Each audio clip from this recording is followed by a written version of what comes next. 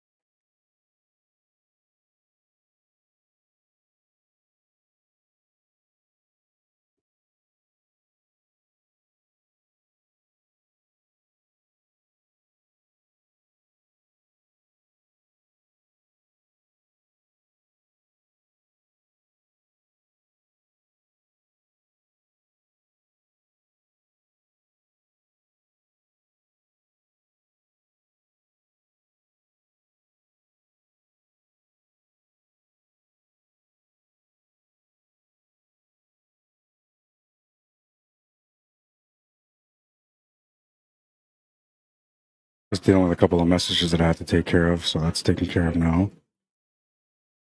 And now I'm gonna share the stream here. I sound exhausted, right? I know, man. I went and busted a munch.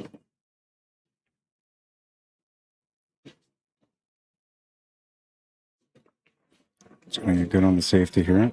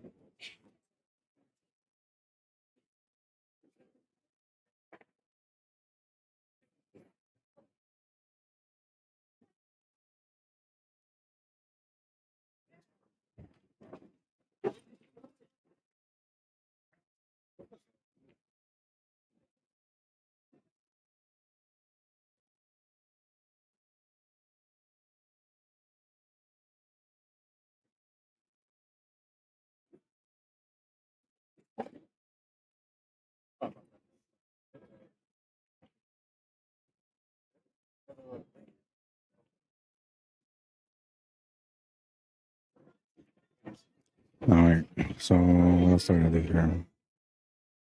I guess I can slowly share the page or the stream to different pages. I'm so lost without you. I'm all alone.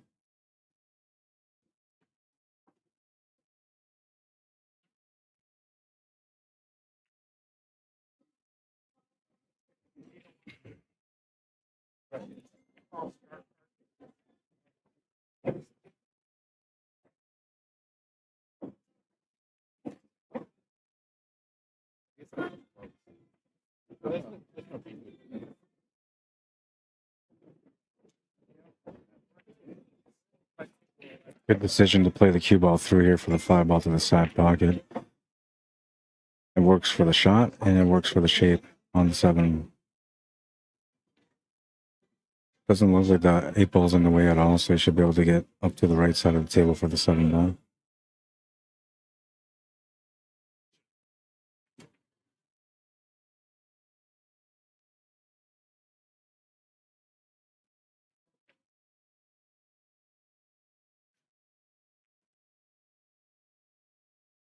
Interesting that he chose not to go up table. I gotta fix this camera, it's bothering me right now.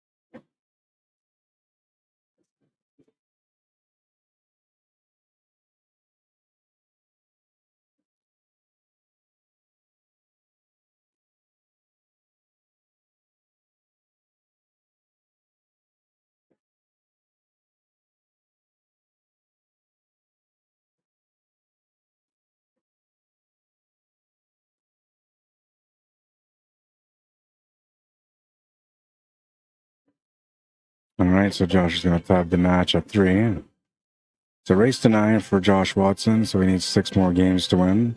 Tyrus Kelly is a race to 7. He needs 4 more to win. And we'll make this official here. It is Handball Singles Advanced Masters B-Side Final.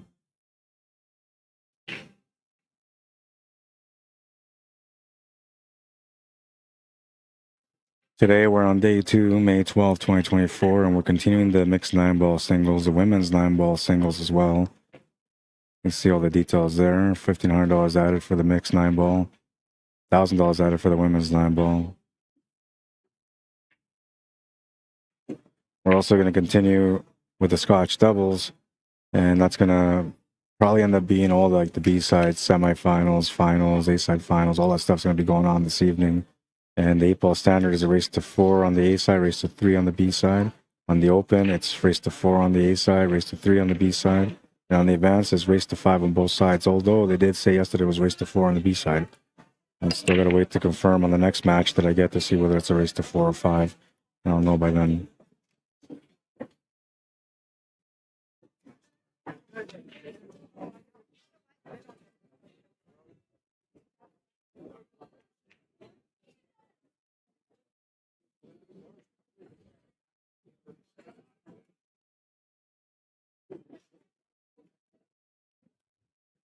I have to apologize for coming in late into this match, but the time allowed for me to have a break was very limited. We're down to a half-hour break, which I consumed a couple of those minutes by talking and interacting at the very end of the stream on an important subject.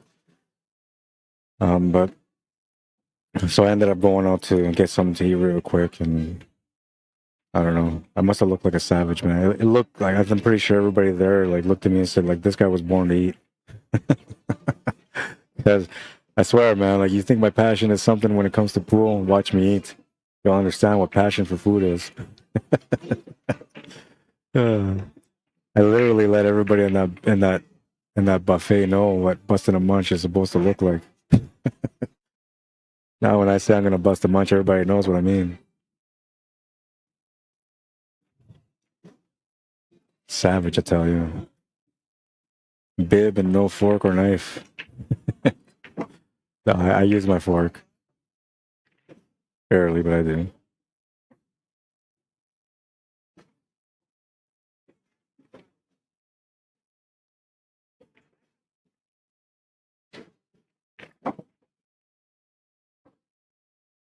So he's going to get another rack under his belt.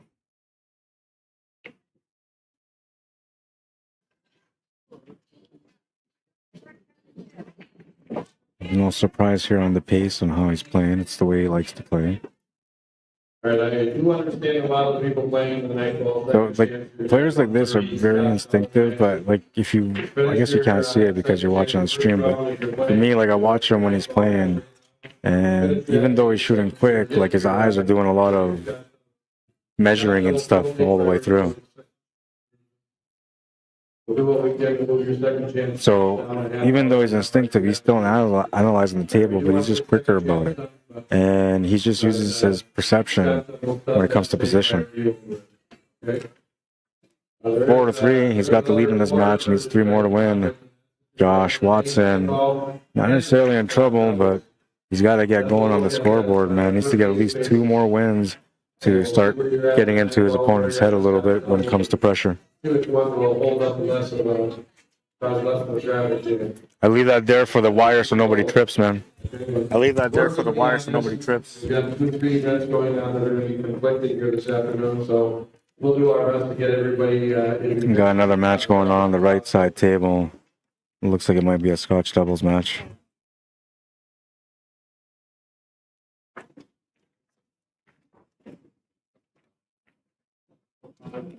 Rack number 8. Josh Watson just broke, made a ball off the break, is looking to get a follow-up here. Little bump into the 6 ball is going to set up the 1 ball.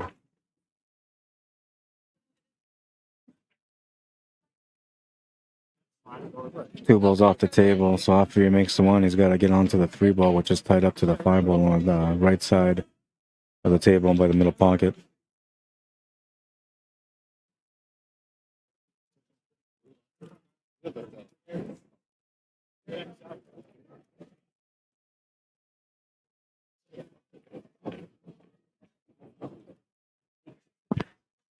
Opted not to play the breakout there, just to play the bank.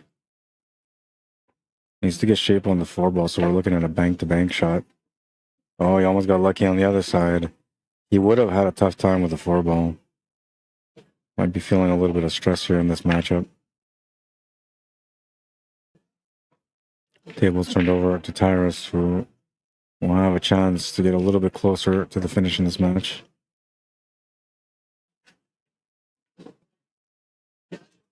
He's got some opposite angle on this 3 ball, so it actually might be better to try to bank this here and do a little draw shot for the shape on the 4. We'll see if he does, though. The thing he's got to watch out for is the crossover if he does it that way. When the cue ball comes back across into the 3. Just made the shot, did not try to do anything fancy. Looks like he's going to settle for a bank side shot. On the second chance, notice that the race is defaulted to the highest race. So it says race to 5 in the standard. Go by the number after your name. So if you've got a 4 after your name, you go to 4. If you got a 5, you go to 5. Guys, if it says if you have a 7 after your name, you know the drill.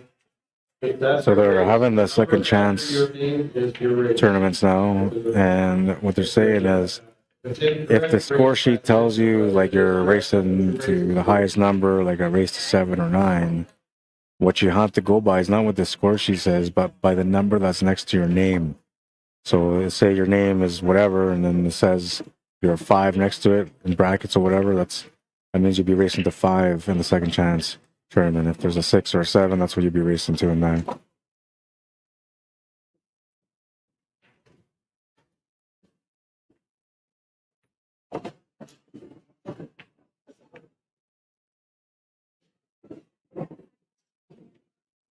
Man on a mission on this table right now.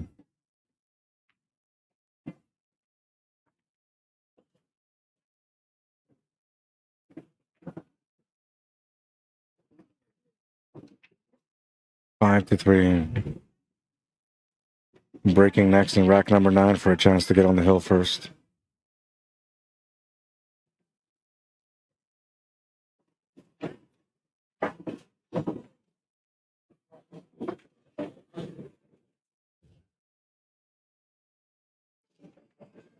Didn't get a lot of sleep on day 1,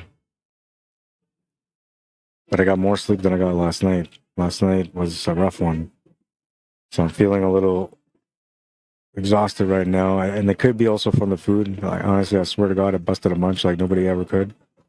I didn't go like crazy, like bunch of plates, man, but like I had no time, so I was like, hey, like I gotta be out of here in 10 minutes. We need to feed the machine.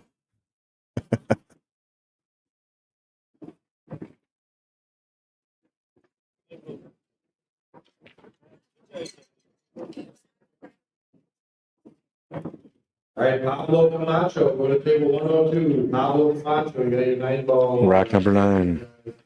Second. Tyrus Kelly to break. 102. It's gonna get a nice little break out of that one.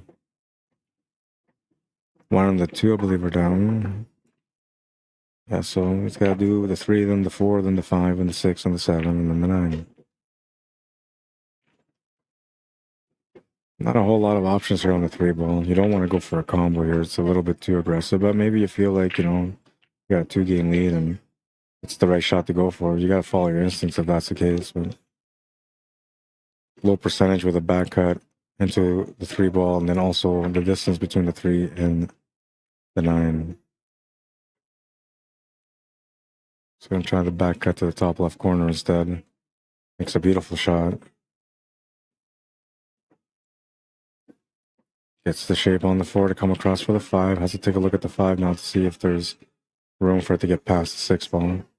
So this is something that like normally he wouldn't do. So it looks like he's slowing down his game a little bit, even though he's a fast-paced player.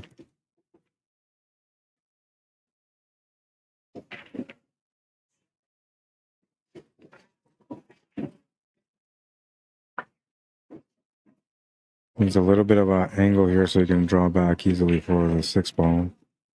And he's got a little bit extra angle, but that's not bad. You got to put less side spin and more draw if you want to get strained out for the 6 ball.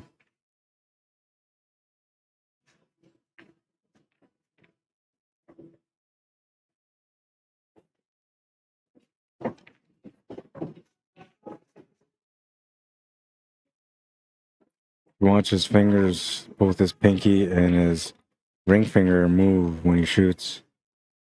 That process is called stimming. And what they say about stimming is like it's a way to increase focus for players. So not like I don't know, not everybody does it. It's on the hill. Not everybody does it, but those that do, it's like a nervous tick, right? It's like a I don't know how to explain it, but the best way I can explain it, it's called stimming. And it's something that's well known in sports. I should have won the hot seat 7-3, and that's because he broke and ran 3.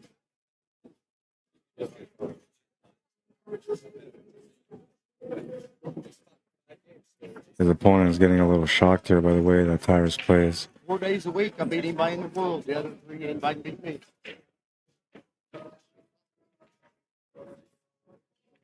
There's a little bit of conversation between the players here, so that might be the motivation that Josh Watson needs to get into this matchup. Randy Roseanne Gonzalez, table 79. Makes a nice break.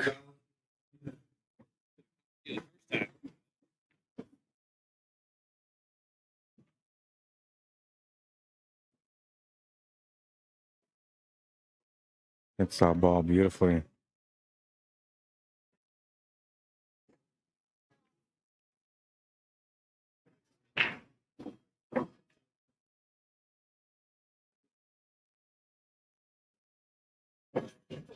Pretty standard table here for him.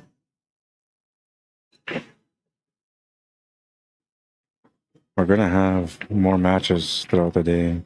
We have a Scotch doubles match going on the right side of this table. So once this match is done, we'll switch over to that table and continue the coverage from there.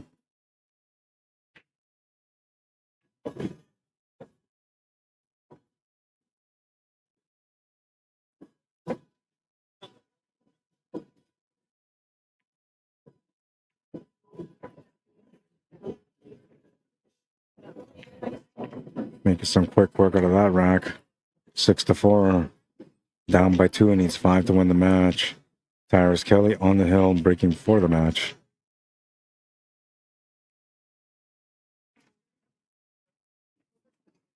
It's on like King Kong. Do-do-do-do-do-do.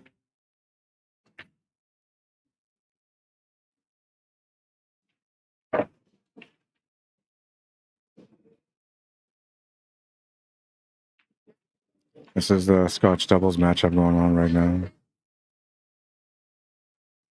They just started the match. I believe this is the first rack. We will update you guys on that match as we go along here, unless this match ends up finishing on this rack. Then we'll switch over there.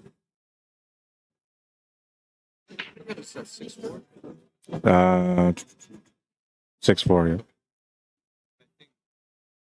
Refreshed and did something weird. Yeah, system will do that.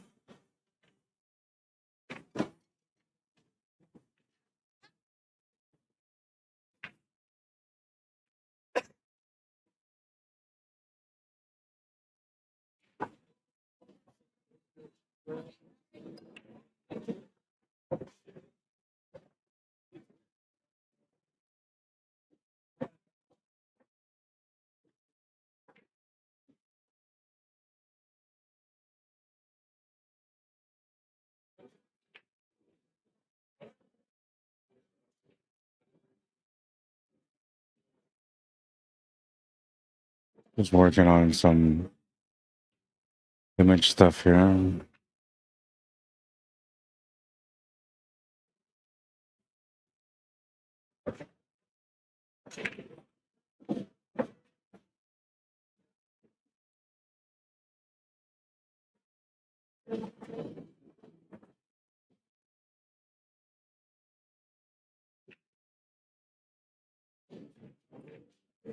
Now, who's set? Bossman says, let's go, Ty. Check out what's going on here on Facebook. You're live, Rod? I believe so. What's up? Blake Holmes says, hey, Rod, great to see you down there. How many entries in the singles? I have no idea, man. I haven't looked. I would be 2, said Stephen Roberts. Are we talking about busting my munch for 10 minutes?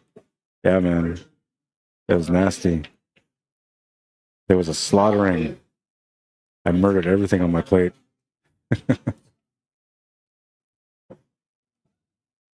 I can laugh about it now because I'm fed, but it wasn't funny yesterday. It's funny now, but honestly, yesterday was one of those moments, man, where I could have maybe turned into a zombie, man.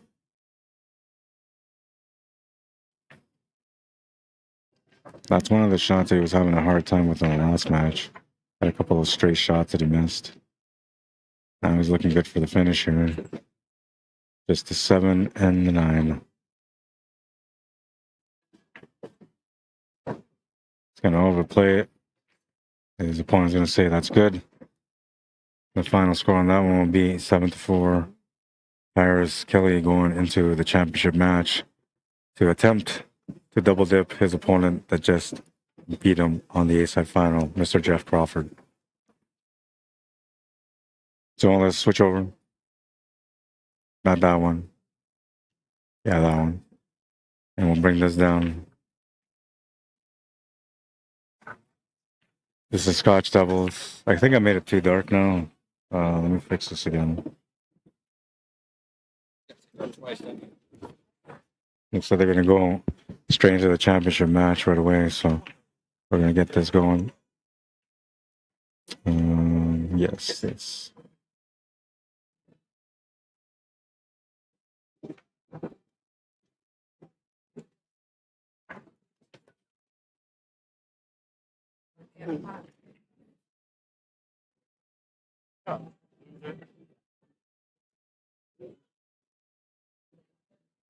Did. Yeah. What's your 2 favorite ice cream flavors, brother? Huh? No. Go ahead and tell me. No. I'll make a delivery while we're playing. I think that looks a little better now. And so one of my cameras is like beautiful quality. The other ones, and so no, I didn't mean to go that way. One of my cameras is pretty much automatic. I plug in, it's good to go. Everything is like pretty much lined up. A couple of little tweaks here and there, but nothing crazy. These other ones are like, man, like every event There's going to be calibration, you know, depth, the color of the depth, and everything else all included, the shadows, everything has to come out, and it's an adjustment. No matter what I do, like I can't go from place to place using the same settings. It always has to be adjusted. Kind of a pain in the butt, but the idea behind it is it's supposed to give you an opportunity to be able to do the best quality that you can for your stream. Excuse me. So this is, I'm not sure what the deal is. I think these guys are going to play right away. Hang on a second. Hey, Jeff, are you guys playing right now? Yeah, you're ahead. That was like a 30-minute match, man. All right, so not sure they're going to play it yet. What I'm going to do is I'm going to go and check out the brackets. Let's try to see what's happening. Nah, table 14. Where are we at? Table 14.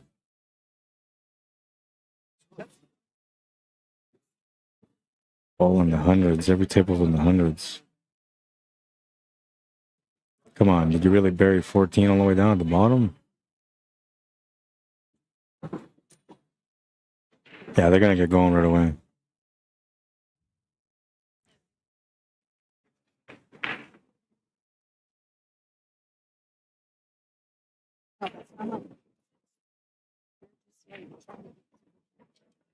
Table 4. I'll set up this stream for us right away. These guys are going to start playing. I just want to see the information on what happened on this table, what's going on with it, who's playing on it. Looks like we have Jacobs and Hearn playing. They won, well, they lost their match yesterday, so they're playing against Saunders and Hart on table 12. That's going to start at 1:30, so in about 10, 11 minutes.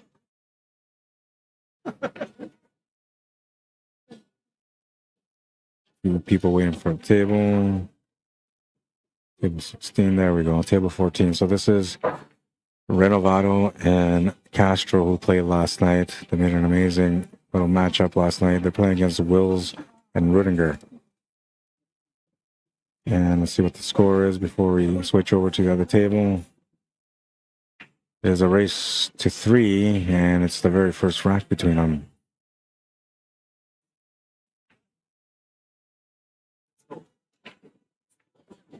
All right, so like Tyrus was already on the right for the last match and for the one before that.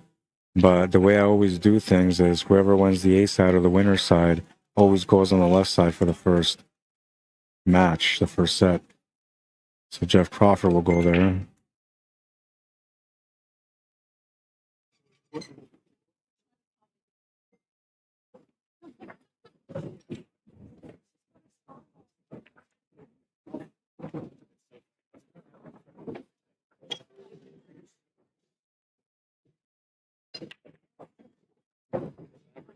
Tyrus is going to get the first break. He's going to make a couple of balls off that break. I'm going to put you guys on that table right now.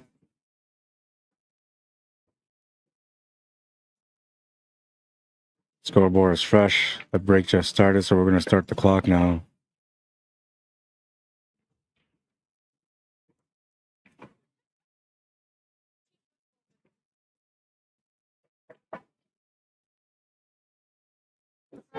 It's a great shot right at the hop.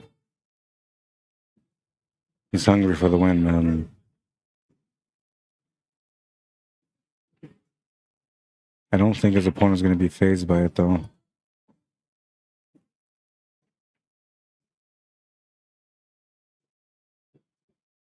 Yeah, right there. Let's move this box over.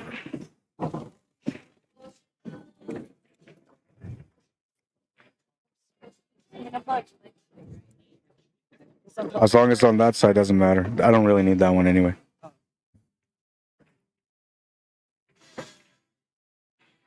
All right, we'll make it official here. Let's go back and take a look at this jump shot that he started with. Beautiful execution.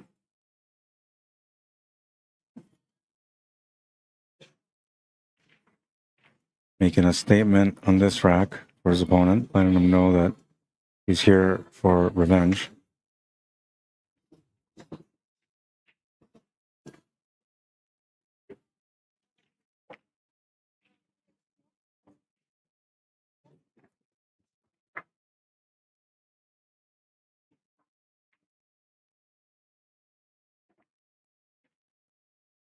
Gonna make the 7, get great shape on the 8 ball.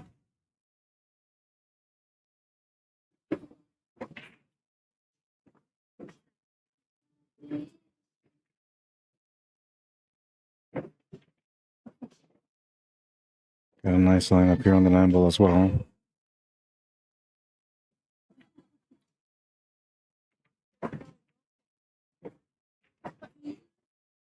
We'll make the shot and run the first rack. That's a statement rack. Let's see if Jeff Crawford can come back with a reply. Nothing phased him in the last match. You know, no matter what Tyrus did, he just kept shooting his game. Do I need to mess with the score on this? You can keep doing it that way because sometimes I lose track, so I'll go back to look at what you guys have. But most of the times I pay attention. 90% of the times I pay attention. 10% always comes up for some reason. Right.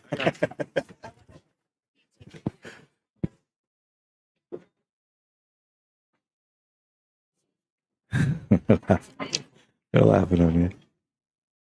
Go ahead, laugh all you want, man. I ain't got no feelings to be hurt. Asking me if I should be keeping track of if they should be keeping the track of the score still, or if I can do it. And I said, no, you guys do it, man, because like every now and then, you know, I lose track of what's going on the score, so it's better for me to know. And if I don't know and they don't know, and I lose the track of the score, then it's going to create issues. So as long as they're keeping track of the score, then it's allowing me to be able to have somewhere to dip into to see what's happening if I lose track of what's going on the table.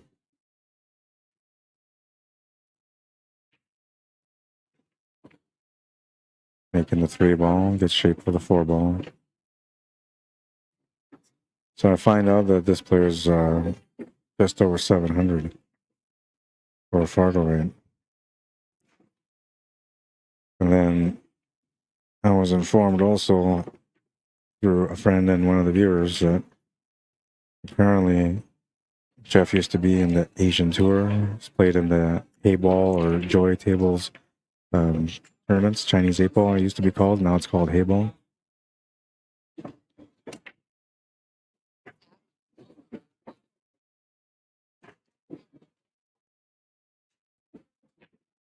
So this guy has a lot of experience at the professional level, even though he's not like a super high 700. He's got a lot of experience, a lot of knowledge, and likely, you know, even though like, I think he's just over 700, like a 7 and 10, what that usually tells me is that their knowledge is a lot higher than that. If he's a 710 on a Fargo rate, he's likely like an 800 knowledge, or, you know, 750 plus knowledge. So when everything clicks and everything goes good, like he's not going to make many mistakes, and he's going to be very accurate at the table for position and shot making. And he's replying here with a run out himself, letting his opponent know it's going to cost you a lot of effort if you want to get revenge, man. You know what I say to that, right?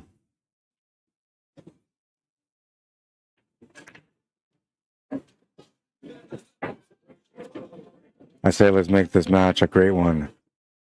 Bring in the flames and let's get going. These guys have a little bit of beef to settle here right now.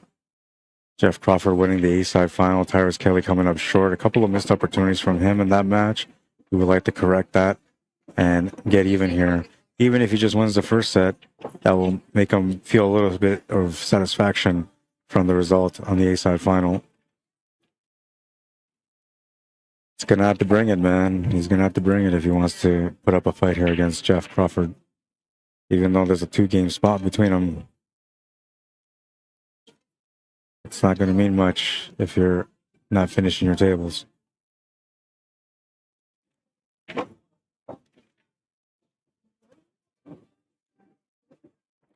Moving into rack number 3 now. We're tied at 1. The handshakes are pretty firm right now. Both players running the table out.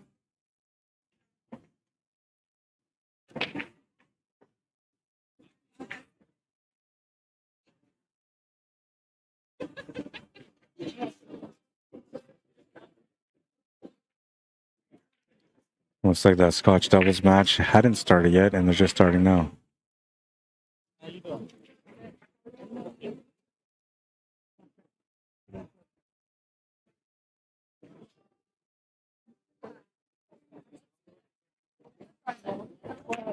I gotta do something. Oh, no, excuse me. You got What's that? I know. That's why I have 2 chairs there yesterday. Oh, that's what you had. Yeah, Oh, to protect everyone from I'll make sure I don't. just don't, if you trip, I'm not liable. I Okay. warned you. Right. If you trip, I'm not liable.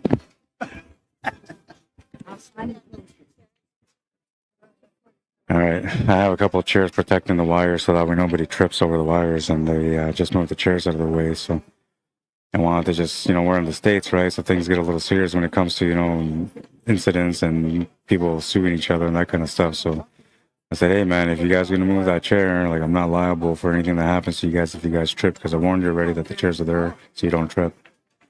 How's that? Yeah, I'm good. I just want to make sure you guys are good. Yeah. I'm never going to walk over that. No, I didn't know that's why you had them. Because you know I'm not sitting. Well, and I had a guy yesterday that was like totally upset because I had the chairs there, and he's like, "Oh, how am I supposed to get through?" Like he couldn't walk around this way and he couldn't walk around that way. So that's why I started moving him out of the way. I'm sorry. It's all good. It's all good. I'm a pretty understanding guy, and I'm a pretty nice guy too. It's not on the pool table, man.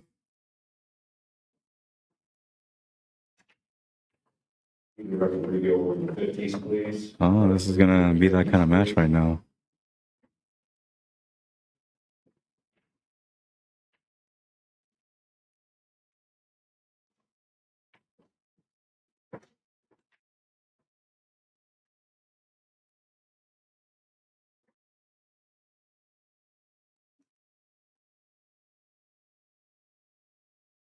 Tyrus Kelly with a consistent start in this matchup.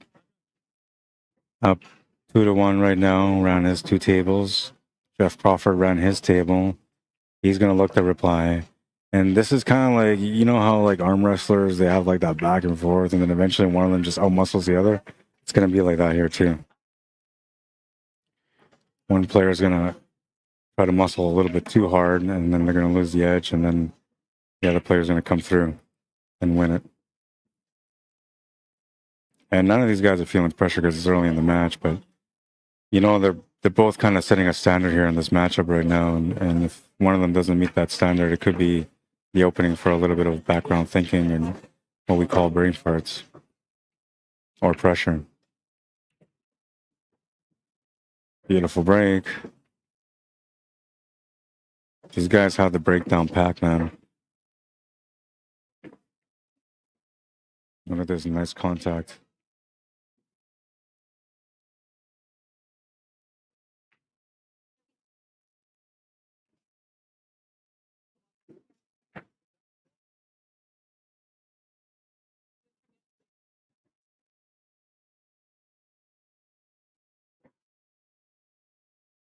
Maybe try to open up that 7 and 9, though he doesn't really have to. He's going to take a look at that 7 now and might even move the rack here since he's right there. He's not going to move it yet.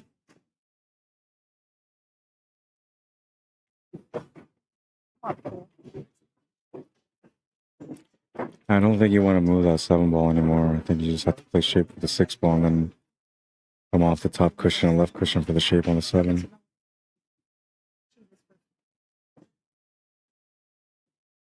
That's what he's doing. He could break it out now, though, if he wanted to. The only problem with breaking it out is you may not get a shot.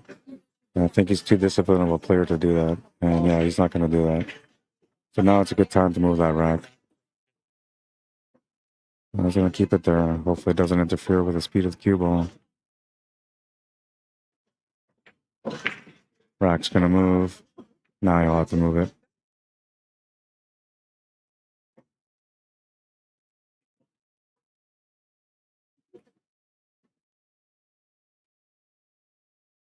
Oh, man.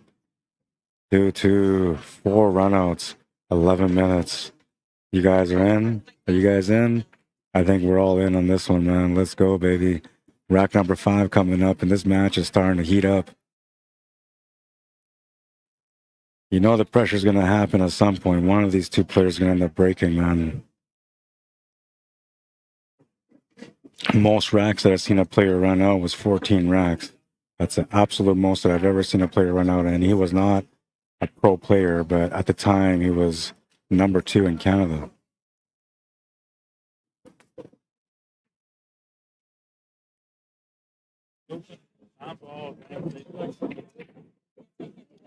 Real beast mode, man. If you can get past 7 or 8 rack run out, you know.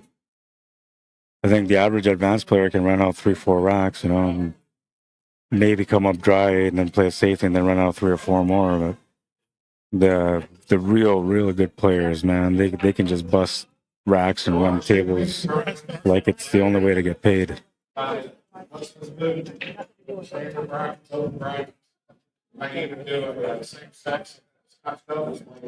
So this is where like the players start thinking to themselves, like, okay, well you ran, I'm gonna run too, and then that's when you get into trouble, right? Like the key thing here for both players is just to stay focused to the rack that they're playing and not on the scoreboard or what the opponent is doing. Another good break here. He's gonna only make the 8 ball, just the 8 ball, but he's got a shot on the 1. Got a little bit of angle to work with to get set up for the 2. 3 ball is good to go on the top left corner, the left side middle pocket, or the right side middle pocket. And of course, the 2 bottom corners will be available once he moves that 2 ball.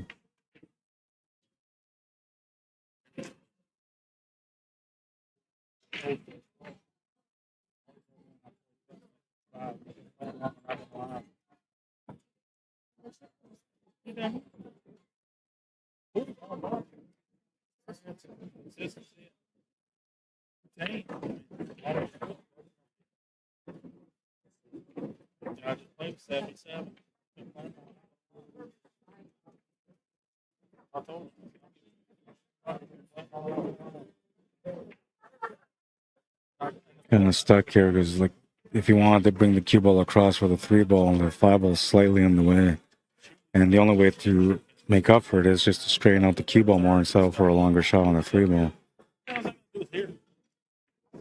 I guess it must go past that 9 ball. I didn't see that coming.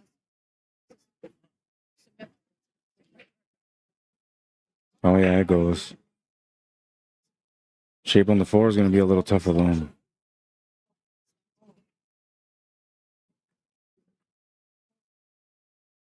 Just has to follow it through. That's all he really has to do.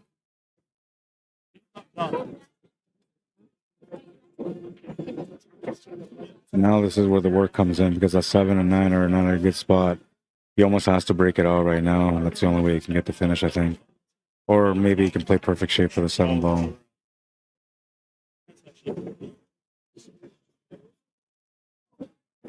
So he's got a good angle on the 5 to set up for the 6 ball. He just needs to figure out what he's going to do for the 7 ball. The only easiest shot that he can find on this 7 ball is if he gets the cue ball to the right side of the table near that 2nd diamond. Kind of in line where the 9 ball is. That's where the 2nd diamond is. But he's got to get to the rail. So he's got the right angle here to work it. He's going to have to be perfect on the spin to be able to get there. And the speed's going to matter too. I think he's just trying to play the breakout here to get onto the 9 ball and make the 7 ball. He made a good shot. I lost a little bit of angle here, lost a little bit of control on the cue ball, which created a little bit more angle for him. And he's still going to be okay to make the 7 ball, but he's got to get that cue ball rolling.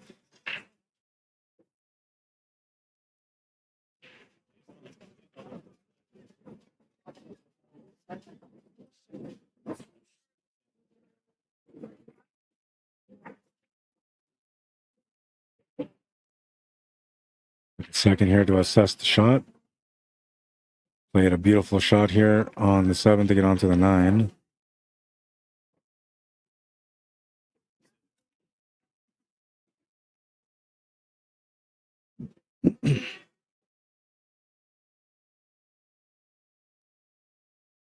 And he's going to run the 3rd rack for himself. 5 racks played in 16 minutes, 5 runouts. If that ain't Advanced Masters Pool, I don't know what is. You got people watching right now saying, I'm not worthy. I'm not worthy. Yeah, I don't think any of us are.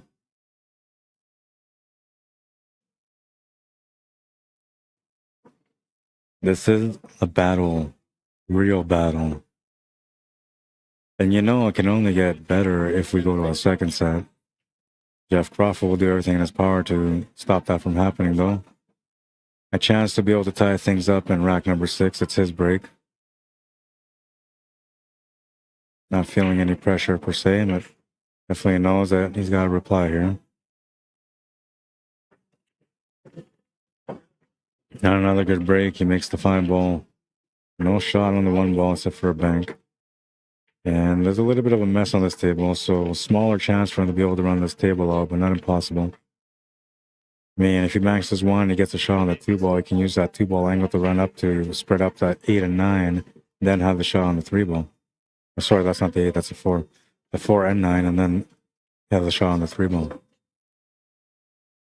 He's going to play the billiard shot instead. I like that choice. I didn't even think about it, but that was a good choice because then you didn't have to bank, you didn't have to force the cue ball. Made it nice and gentle, you know, and got to the point. The only thing that I don't like about that, though, is that the 2 ball would have been the breakout for the 4. So since he can't break out the 4 ball with the 1 ball, or maybe he can, maybe he can just punch draw it off the rail to get the breakout. But if he can, then he's going to have to try to play like a 3-rail positional shot to get onto the top right corner for the 4. No breakout, just positional play, kind of like what Tyrus did for the 7 ball in the last rack.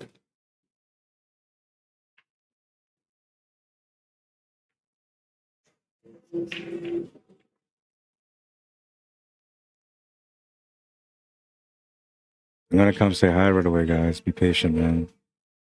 I'm caught up in a moment, you know what I mean? And I'm still sharing the stream.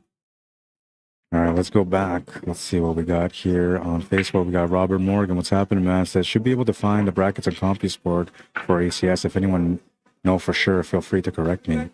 Yes, you can. And yes, it's right there. Thank you, Blake Holmes. He said, yeah, you're so right. I normally look up for myself. Who is going to blink first, says Stephen Roberts. And that's what it really comes down to. Susan Dale Lopez says Marcus Castro. That's why I ask, can 7s run racks? Well, not your average 7, but yeah. Potkinswell, Pennsylvania. What's happening, my man? Says, hey, Rod. How you doing? Way to represent West Virginia, Ty, says Boss Man. Binaural says, let's go. Great display of 9 ball right now. Oh, yeah, man. And look at that. We have the first turnover. First turnover with a ball in hand.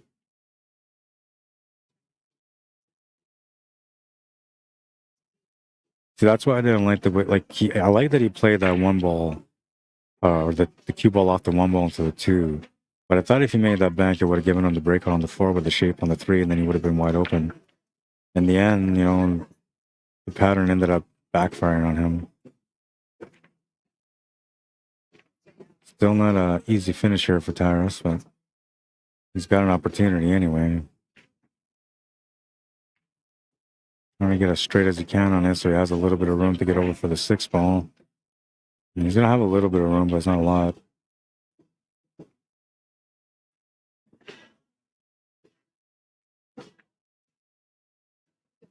I'm just too blind to see. Well, he's going to have a shot at it anyway, but not going to be the easy shot that he was looking for. Bank side is pretty tight, but you can make this by hitting 2/3 of the ball with a little extra power. That will flex the rail to make the bank. He's going to cut it to the corner instead, and he's going to come up short. A chance for him to get ahead, and unfortunately for him, he's turned the table over back to Jeff Crawford, who looked like he was going to be down by 2. Maybe perhaps that was going to be the beginning of some worrying, but now he has a chance to be able to tie things up, and he can shake it off.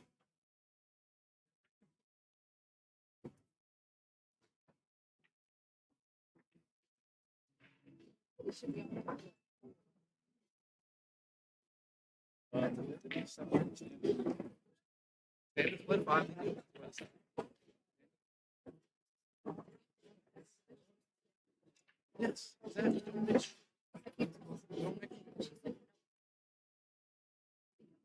Open players would rather play against open players.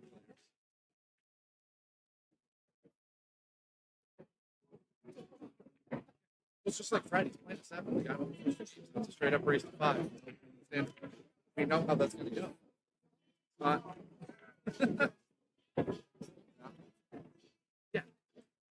Well, he gets a lucky break and a second chance to finish that rack.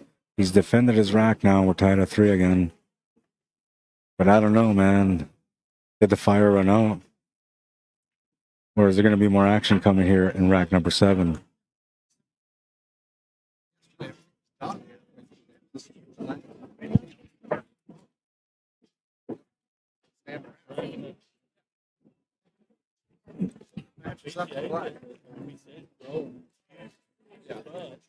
I just want to make a mention while he's racking the table.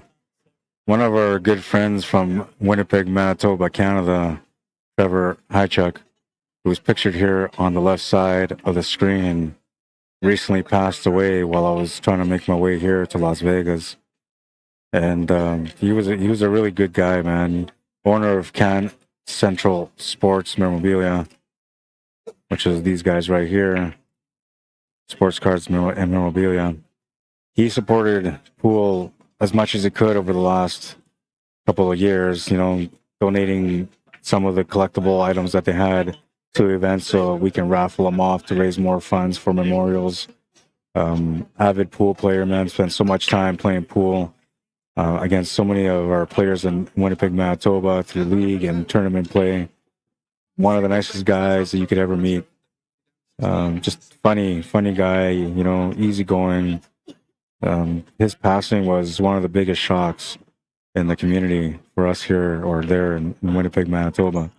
Young guy, still had a lot of life left in him, and definitely was doing some good things, you know. But unfortunately for our community, we lost one of the good ones, and he was a great supporter of the sport. One of the things that we always look for in pool is for a way to get businesses to support our events, right? That's how we get money added, to get people to come on and have more fun and make more money. And without the support of the businesses and business owners that support pool, we wouldn't really have the opportunity to do the things that we get to do.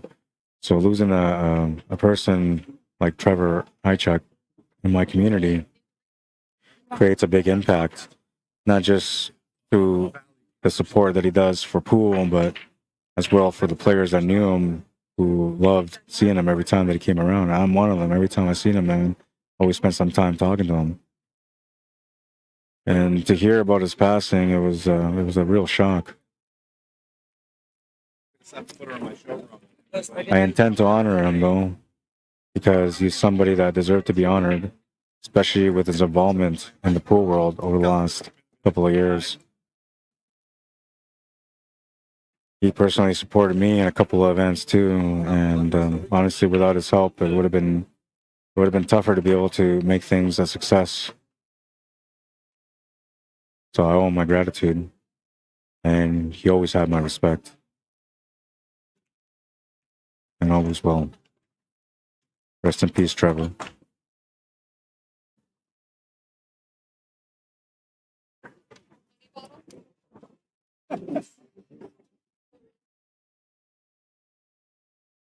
I was going to do a write-up about it, but because I was busy, you know, I had some other work, elections and stuff that I do, kept me busy. I had no time, plus getting ready, everything ready for Vegas and packing and all that stuff. I just didn't have the time.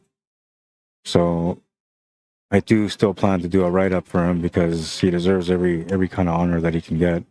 Just a really good guy, man, and a big loss to our community, like I said. But I wanted to make a mention here on the stream because I know there's some people that are watching from Manitoba and Canada and other people that knew him from across Canada as well. Some of them may not even have known that he passed away, but now you do if you were watching the stream.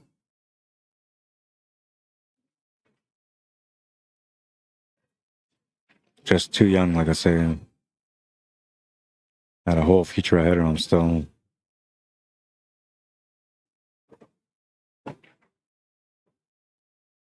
He will definitely be missed by all of us.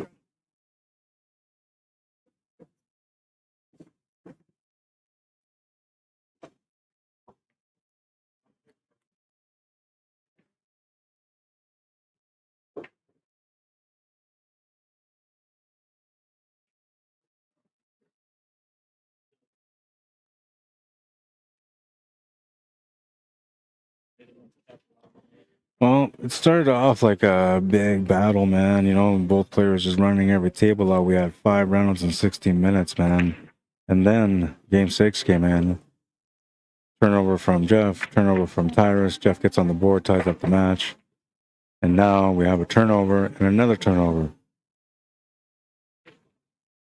And now Tyrus is going to have a chance to be able to defend his rack because of that turnover. Ball in hand is going to make things a little bit easier. Still has to travel a little bit on this table, though, so there's always room for a little bit of error, and he's going to be aware of it.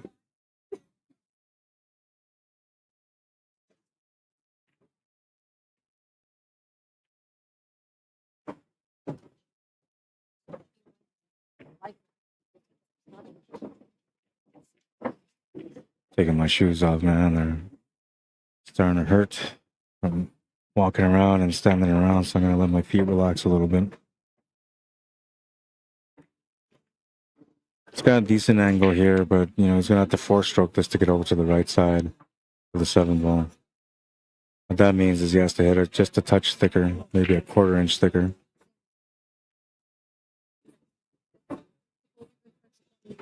Makes a great positional shot on the 7 ball.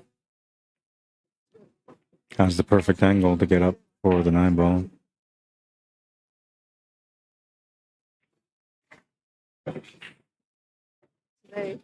It wasn't the smoothest rack, and definitely wasn't a run out, but he found a way to finish this rack and to get the lead back. The lead's always been held for just 1 rack so far. Having a lead just means that you still have a chance no matter what after the next rack. It's 4-3.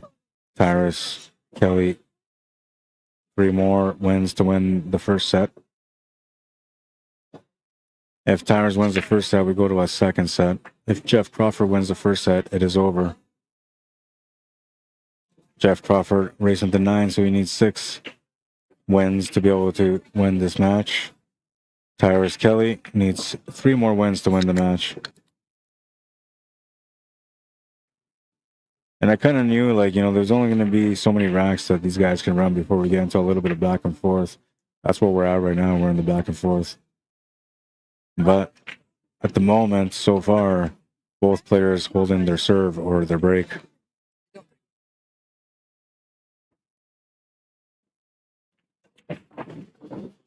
Another good break from Jeff.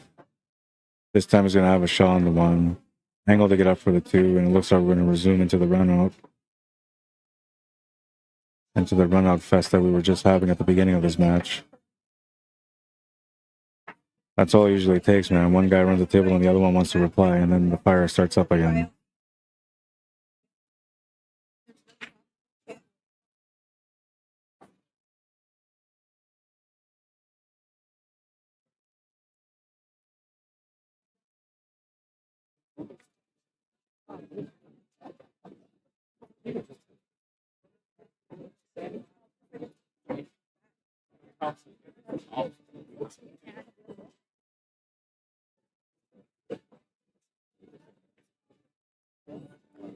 Oh, man.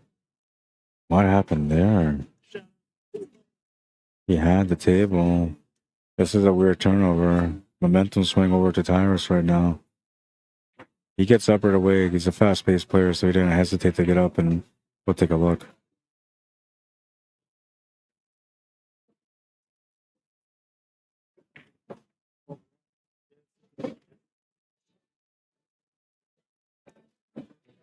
Stephen Roberts says, I think Tyrus has been racking the 9 on the spot and Jeff has not.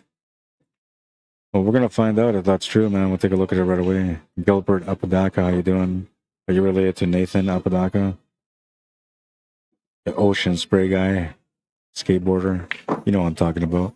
He went all viral at the end of COVID. He went so viral, man, that he started getting contracts with companies for products. He even got himself a home, a nice home. Got to meet a lot of great rappers, including Snoop Dogg. Guy just got into the spotlight real quick, man. If anybody won COVID, it was him for sure. Everybody else just kind of don't even want to talk about it.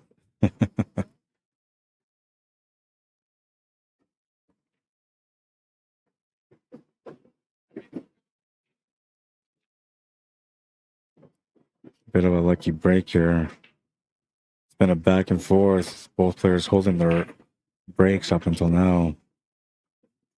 Jeff Crawford's going to be the first one to turn over his break for a loss. And Tyrus will get a 2-game lead because of it. Breaking next and rack number 9 for a chance to get on the hill first. All right, so I'm looking at... Only way I can really see is from this other camera. Let's see if your theory is right, man. No, it looks to me like he's on the spot. No, you're right. You might be right, man. Is it supposed to be 9-ball on the spot or not?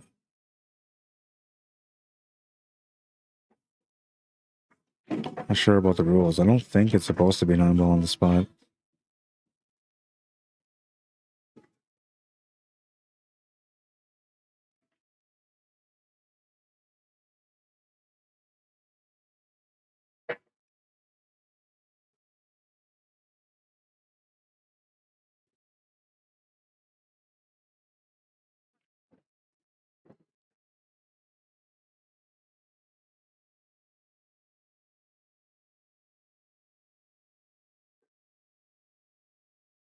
Well, he's going to come up dry on this one. An opportunity knocks for Jeff Crawford, who's down by 2. Not used to being down by 2 from what I've seen so far.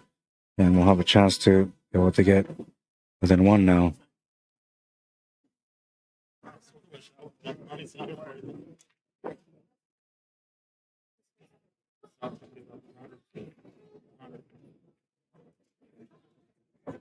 Makes the 1, has a shape on the 2. 3 and the 4 are next to each other. I don't know if he can make 3 past the 4. It doesn't look like he can to me. But the way he played that shot, seems like he could.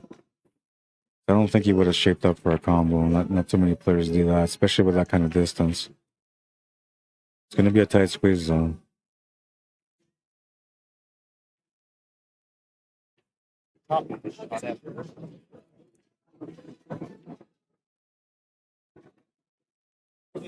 He did make the 3-ball after all.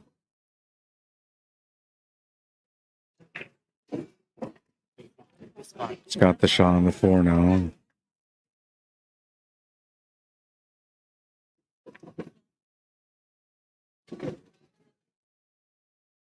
Five to the 6 shouldn't be a problem. Just a simple drawback. He maybe even try to follow it through if he didn't like the draw. But I don't think he's got enough angle to be able to follow it through. So he's going to have to either draw or play off the rail and through. Yeah, just like that.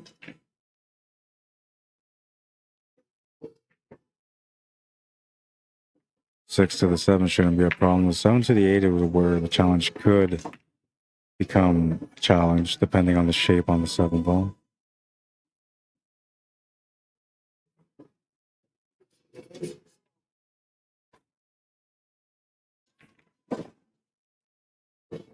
Made the 7, bumped into the 8.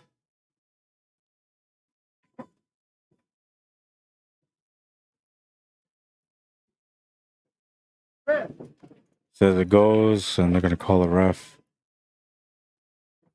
Looking for a push shot motion.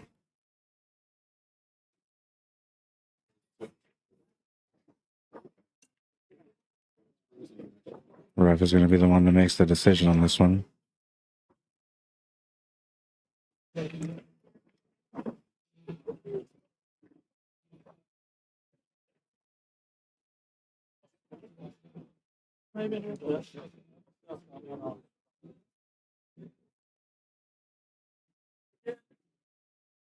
Ref said it was a good hit. And Tyrus says that's good. You don't have to shoot the 9.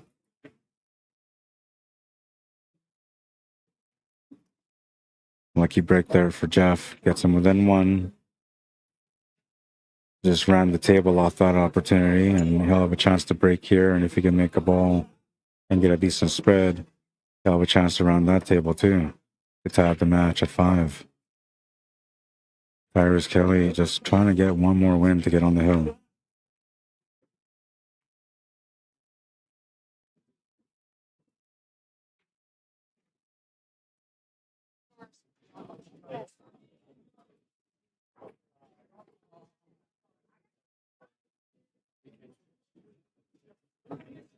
Richard Roddy with Scott Litt to the 136. Smash and break. He's going to make a few balls, but unfortunately one of them is going to be the white ball. Ball in hand for Tyrus and a great chance to get on the hill now. This is probably the best setup for him, because if he can win this game, he'll be breaking for the match next. And if he makes a ball the way he's shooting right now, he's likely to get that first set.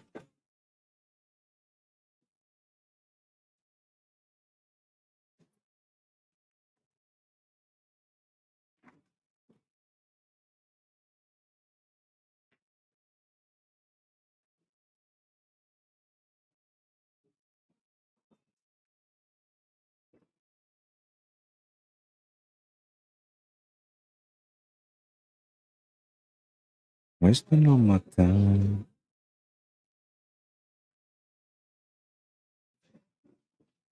I'll probably lose my mind.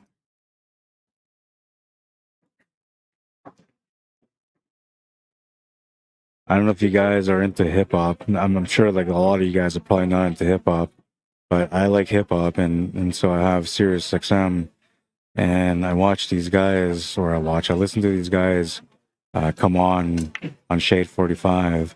There's Lord Shear and I Destroy. They're the 2 guys that come on. And Lord Shear has like this competition, this contest that he does pretty much every day that he has a show. And I guess he gets some vinyls, hip hop vinyls provided to him for this contest through Nature Sound. And what he does is that he plays a second of a song, and then the callers have to guess what the song is and the name of the song and the name of the artist. If you can get it and answer it properly, you'll win one of the vinyls. It's crazy what they do, man. Like, honestly, it's a split second, so you hear a beat, boom, and you're like, oh, it's this song. It's so tough. And then I guess he's got, like limitations, right? So if you get on the phone to have the answer and you're like, they just hang up on you. They don't even give you a chance to sit there and try to review what you're thinking, man. You either spit out the answer or you're off and you lost. I was just thinking about how they're playing music here right now. It's like I'm singing a couple of lyrics only and wonder if any of you guys can figure out which song I was singing.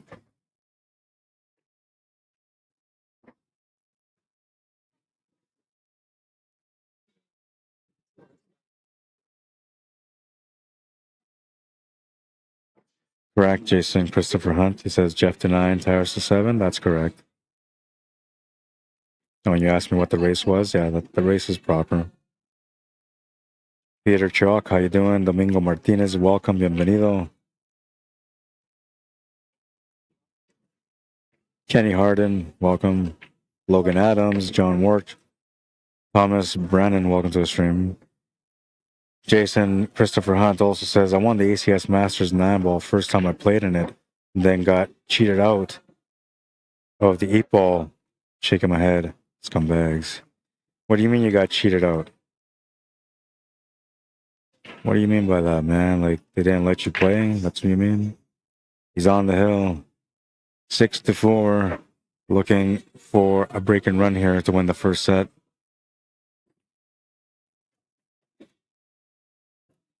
Is that what you mean, man? Or do you mean you played against somebody and then they robbed you from sharking you out? as an organization, if it was them that limited you from playing, I think they have to address concerns from the players. So if somebody complained about you and they didn't address it, it would create some chaos, right? And then they don't. It's not like they want to pick on one person specifically, but if you are that good and they thought that you weren't as good, and then they realize you're a lot better than what they thought you were, they would have to address that to make sure that everybody else has a fair chance.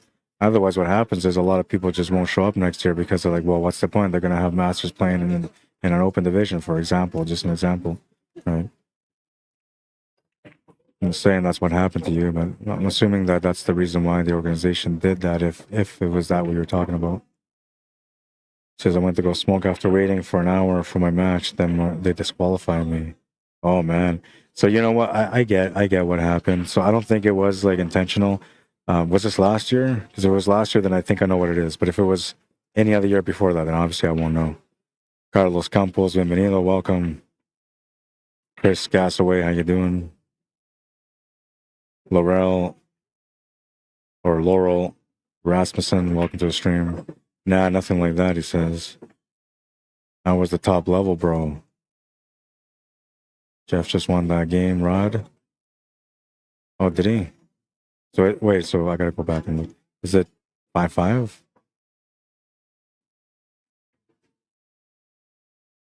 Standard Scotch doubles.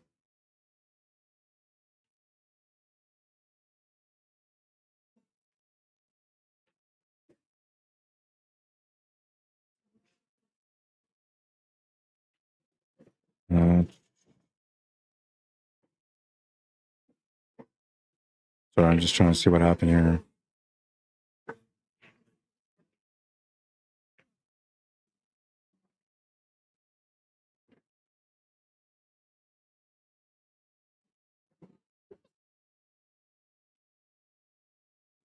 Oh yeah, so it is 5-5. Thank you. I thought Tyrus was on the hill, but he is not. There's a 5-5 score instead. And the battle continues. Apologies to Jeff for that one, for having made a mistake on the scoreboard. Obviously, it wasn't intentional. I pay attention 90% of the times, but 10% of the times I don't. And it seems like the 10% comes up a lot more often than 90%. Depending on the day and the sleep, man. But that's what it seems like anyway. All right, so that's been corrected. Thank you, Jason. So like I had an issue like that last year too, Jason, if it was last year, but for what happened for me is that I guess they were using the CompuSport app, which was supposed to be notifying players when it was their turn. Oh man, he just missed that scratch. When it was their turn to play a match. And a lot of players didn't hear those notifications, or they just weren't aware that it was happening. And so a lot of those people ended up getting disqualified. I was one of them that it happened to.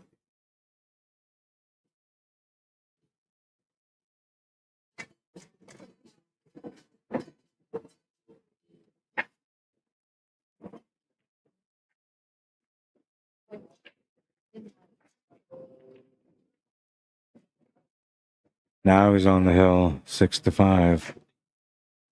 Legit this time. Great start to the match, and it keeps getting interesting as we move along. Christopher Veit, how you doing? Says, I was told that 9-ball singles was just one bracket because my buddy Brian Ambrose supposedly played a master last night in the standard division, and the master damn near ran out every game. Well, I don't know, man. I'm pretty sure they're all separated. It could have maybe been a sandbagger, but I mean, he went through it, so he would know better. Brian Ambrose says, Chris White found out his Fargo was only 580. He broke and ran 4 tables against me. Jason says, I waited at the desk for an hour.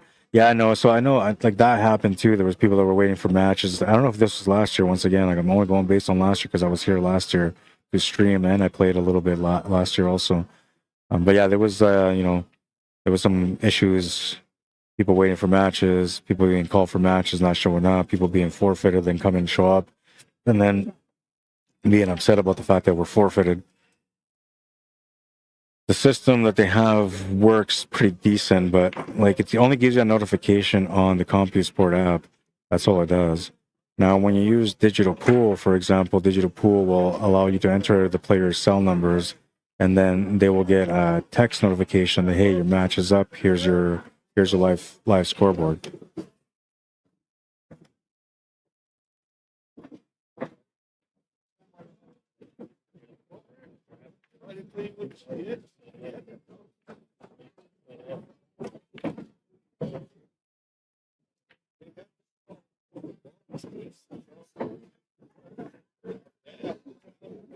I'm sure he was thinking here, but I'm guessing he was thinking about the combo.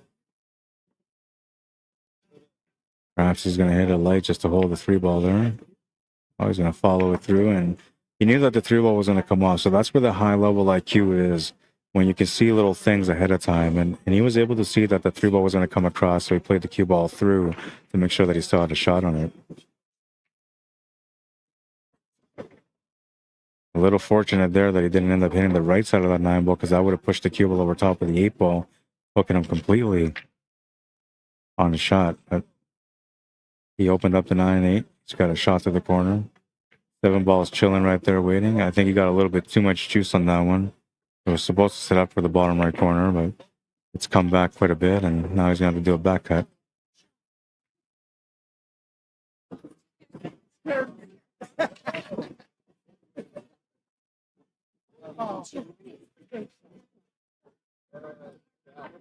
Nice finesse on that one. The cue ball speed's going to go a little bit faster than he was trying to do, but still has a shot. A little tight on this 8-ball, though. I mean, you can make the shot, but to get around for the 9-ball is going to be difficult. You're going to have to try to, like, draw this cue ball past the side pocket with a lot of pace, or cut the ball or bank it, one of the two. He's going to bank it, and he's going to make it. Great shot. Back against the wall, and he replies with a nice little rack on this one. We're tied at 6. This was a money-making shot right here, man. All pocket. All pocket, I tell you. 6-6 is the score. Tyrus Kelly breaking for the match. Not feeling any pressure at the moment because he still has a little bit of room to be able to win this first set. But I'll give you an idea of what could happen here. If he doesn't win this match on this rack, and Jeff does, that puts him at 7. If Jeff breaks next, which he is going to break next, that will give him a chance to get on the hill. If he can break and run that table out and make it 8-6, it'll be Tyrus Kelly breaking for the match and now feeling full pressure because he knows he has to win. Otherwise, the match is over completely.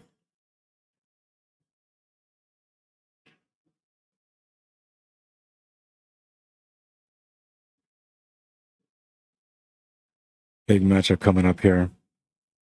What's happening, man? Great matchup. They started off with 5 runouts in 16 minutes. And now it's looking like it's going to push to the hill.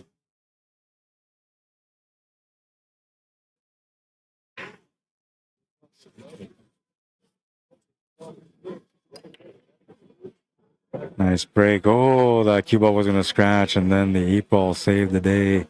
Shot on the 1-ball available. Angle on the 1 is slightly off, but he can still try to maneuver position here for the 2-ball, which is sitting right next to the 6, between the 6 and the 9.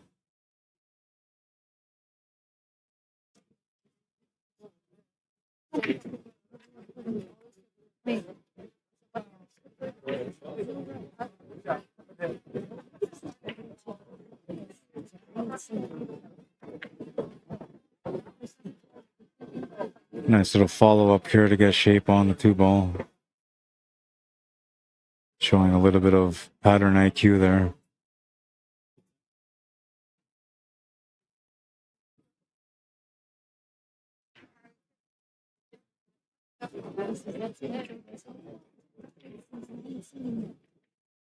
So he can't really slow roll this. He actually has to kind of power stroke it to get the cue ball off the top cushion and back down for the 3. Or can he? I don't know.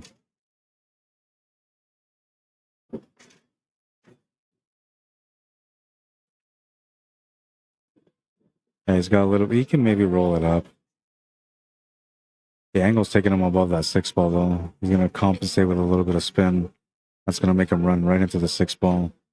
Great cue ball control on this one. You can smell the danger of not finishing this rack, so he's doing his best to work it out.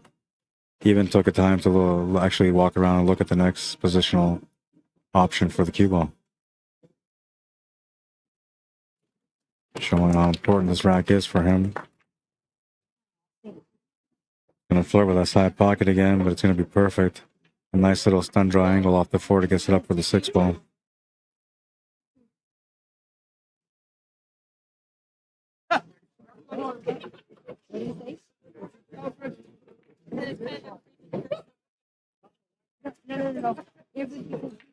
He's gonna have to do a little bit of back and forth here on the 6 to get onto the 7 ball.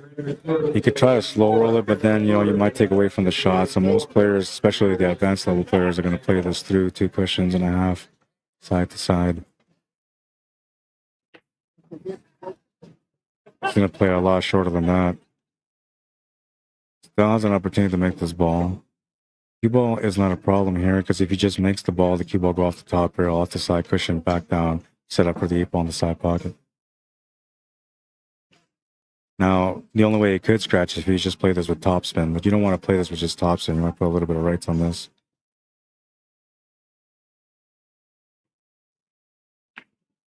Needs that cue ball to come through, and it will.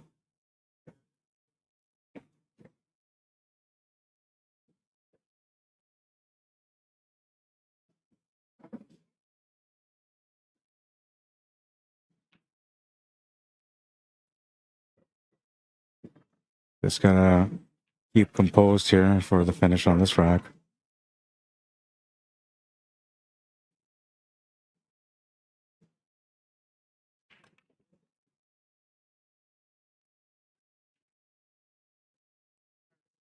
He's gonna get the first set. 7-6. The first set goes to Tyrus. That means we're gonna go to a second set here in this championship match. Exciting, guys. I'm telling you, man. These guys started off with a really crazy start, and now we're moving into the second set, and it's only gonna get crazier. We'll switch the names over here. So on the first set, you had Jeff Crawford on the left side because he won the A side, but now Tyrus has won the first set, so now he deserves the honor to go on the left side, and he's on the left. A chance for him to win the match by double dipping Jeff Crawford. Race is still 7-9. And this is going to be a nice little matchup. Let's stop the clock, reset the clock. I got to go and grab something from my bag. I'll be right back. Martin McGinnis, got 5 minutes, get table 118. Martin McGinnis, table 118, 5 minutes forward. I'm not sure what they said, but so we'll go to this table here. This is a Scotch doubles match. We'll just let you guys watch this in the meantime.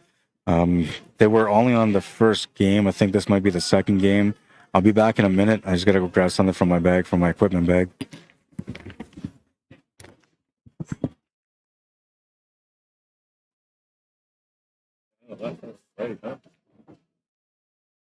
I got some sleep and I have a chance to eat today. Hey, get some later? Yeah, I gotta get my cue. You gotta borrow yours. I might have lost, but no worries. I won't be back. We're gonna go down. I did good film. Yeah, need something to play something. I hear you. I get racked back. All right.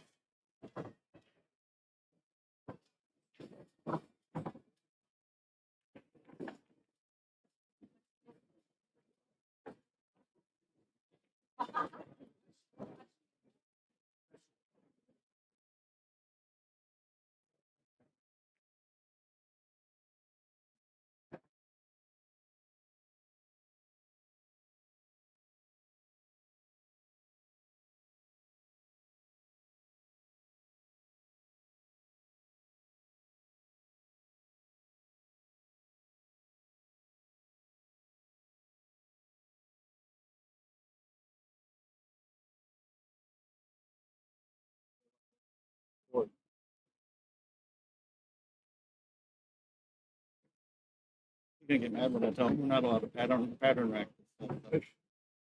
Rack the same way every break. Oh, you got a little video.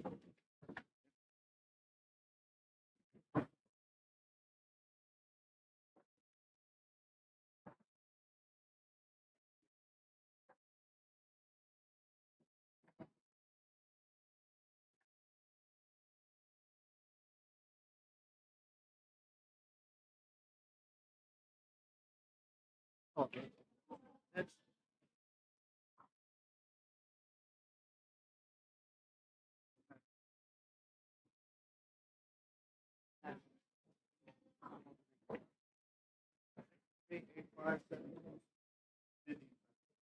alternated.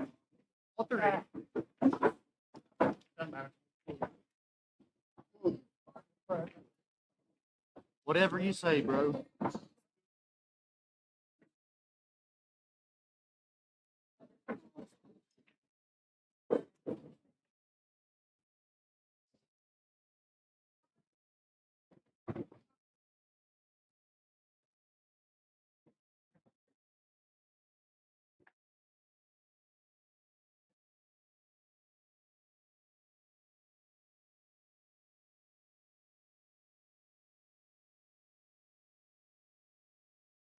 So he's gonna say something about the bracket, saying it's kind of right.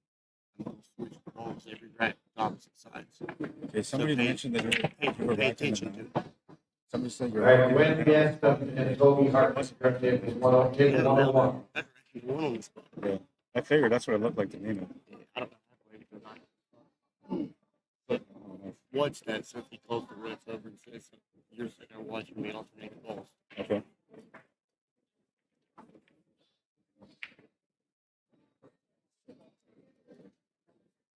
I usually bring a knife for that. That's my substance. All right, Daryl Salas, table 69. Your 9-ball match, please.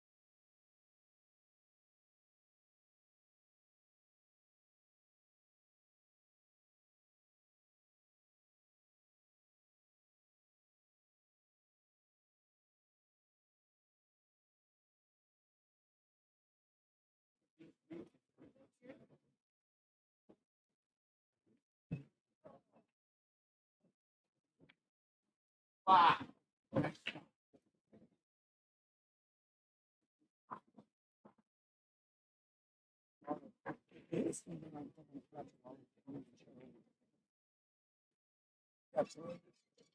fun. It's fun. Okay. Yeah, they got it. That's all. Not mine. The other guy.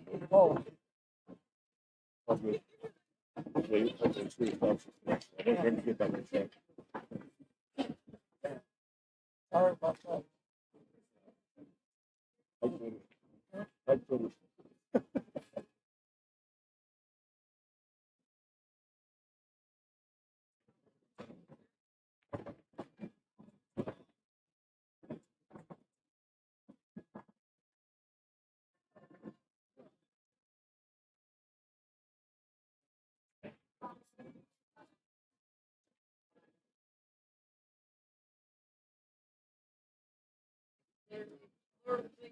It'll stay there.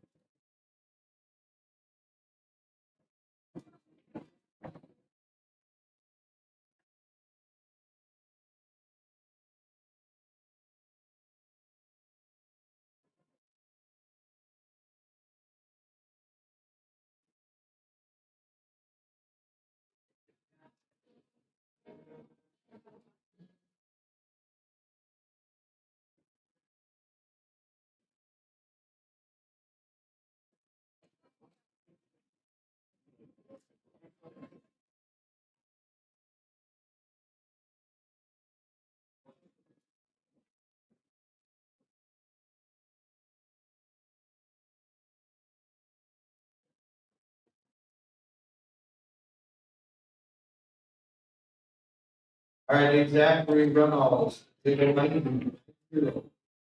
Runoffs, table 90, 0. 5 minutes of forfeit.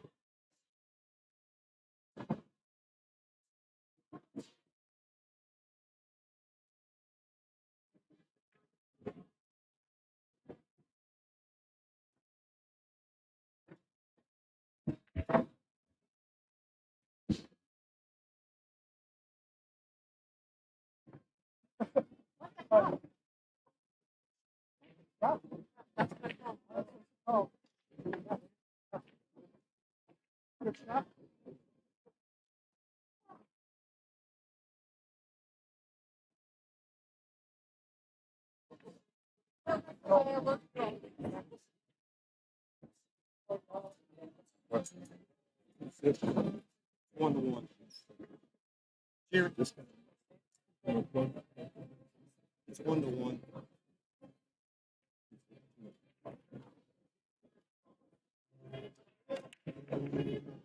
Having murder on Carlos Sanchez, table 138. Xander Moulton, Tyler Rice, 141. Tim Hurd, George James, table 133. It's 1-1. It's a 1-1. He scratched on 9%. Okay, thank you. That's when I like to leave my station, man.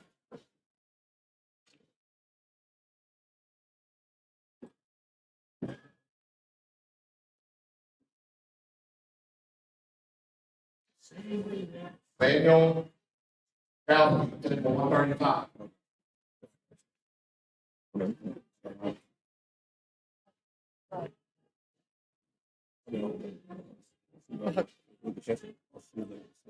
Yeah, man, absolutely.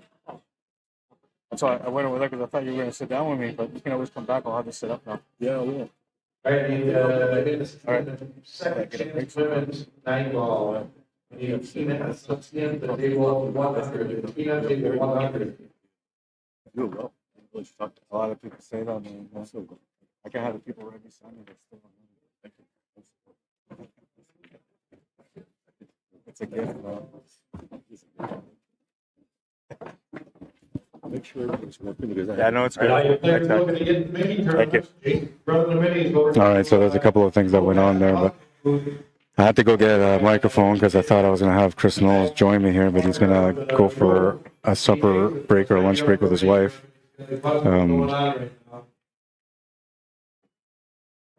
And then there was no, I got to start the timer. There was no scissors or wire cutters to get my microphone cord loose, and it was all bundled up nicely, right? I guess I thought about everything, twist ties, but I didn't think about, like, you know, when I need to use the microphone cord. So yeah, that's why it took me a little bit. And like the guy at the booth, John Stitch, is like, oh, so these guys already started the second set. I said, yeah, well, I've been here for about 5 minutes. I said, so they're probably 3 games in by now. And sure enough, they were already 2 games in by the time I got back here.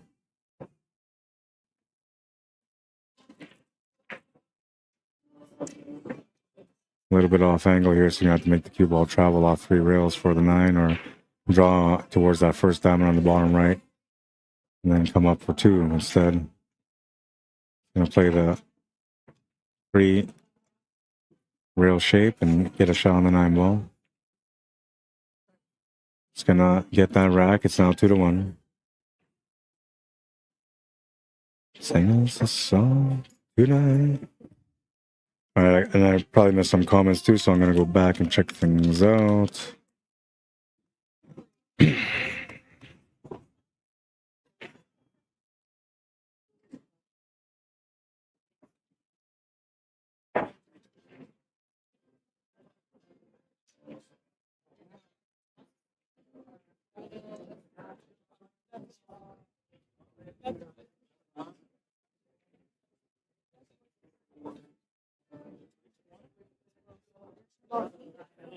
Let's go, says Chris Withrow.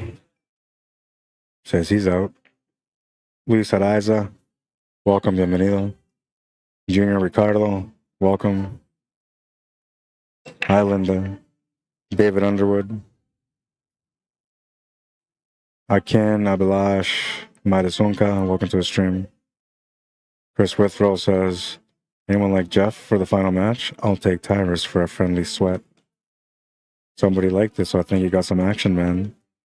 Kimberly Need Watson, how you doing?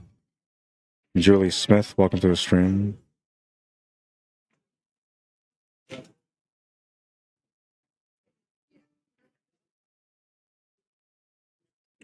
Josh Watson says, I'm sure you will. A guy is playing even or better than high 600s, but is getting spot 2 games. LOL.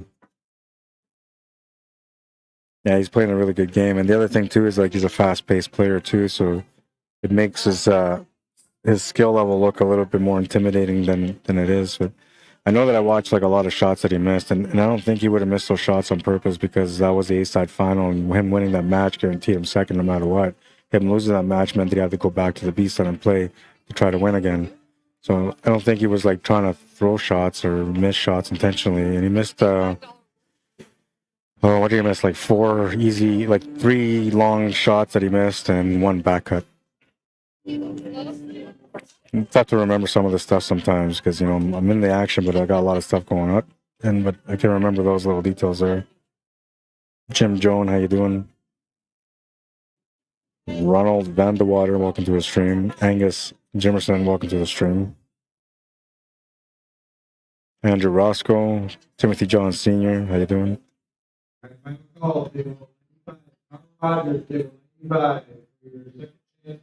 Josh Watson says, Jonathan Jones, so you agree everyone should be playing even? Good. Is the score right? It wasn't then, but it is now. Or is it? Maybe it's not. I'll double check right away. Somehow I missed Ty winning a game. Oh, that's what you're asking. Yeah. So, what happened was that Jeff Crawford scratched on the 9 ball, and that's what got Tyrus on the scoreboard. But just in case, because you asked, and you know, I want to make sure I know.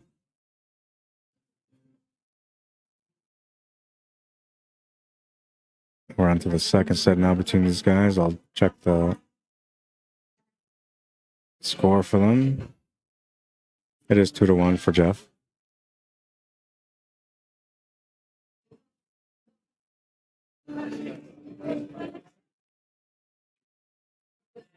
Buckins was saying that Jeff is up to nothing, but it's 2-1. I just checked on the live score sheet. Diego Casilla says, show Castro's game. They just finished. They just finished, man. I'll find out who won for you, though, okay? Jeff Huston says, happens. Jeff won that last one. And Tracy Featherly says, Tyrus rattled the 9. It should be 5-5. Oh, that was early, yeah. Sorry. Like I said, I'm on the ball, and sometimes I'm not. Never intentional, though. I'm always doing my best to pay attention. Yes, I'll look up that bracket. I think that was a standard Scotch doubles. Maybe it was the open. I think it was standard.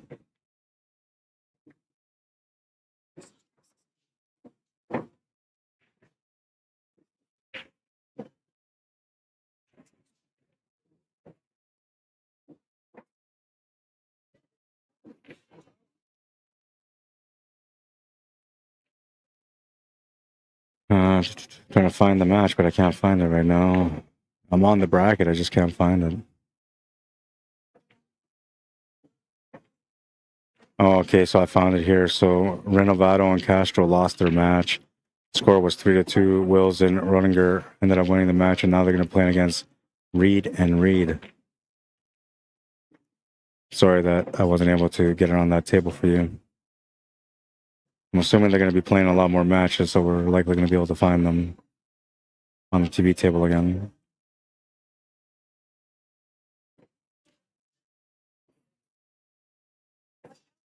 All right, Jeff makes some quick work out of that one. It's 3-1.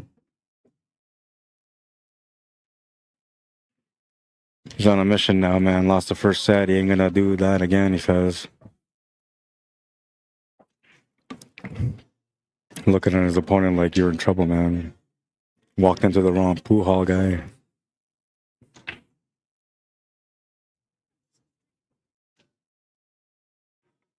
It feels like it's a one-sided match, man, at the moment. So we got to do what we got to do.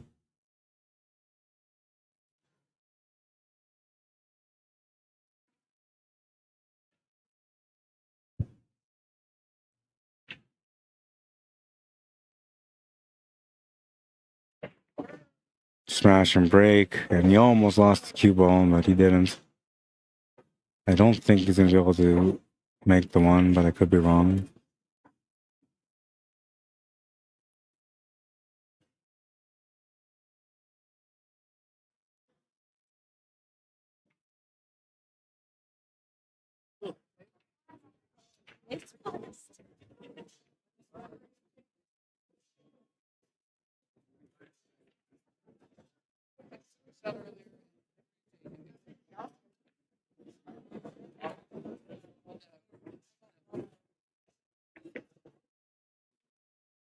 He's going to turn the table over.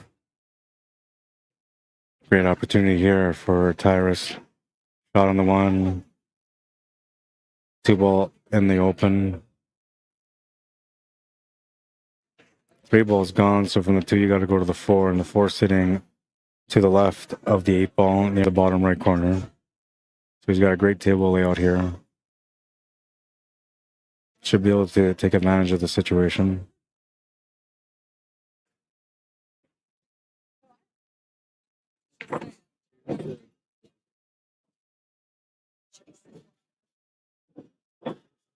Didn't quite get the shape that he was looking for on the 2-ball, but he still has a shot on it.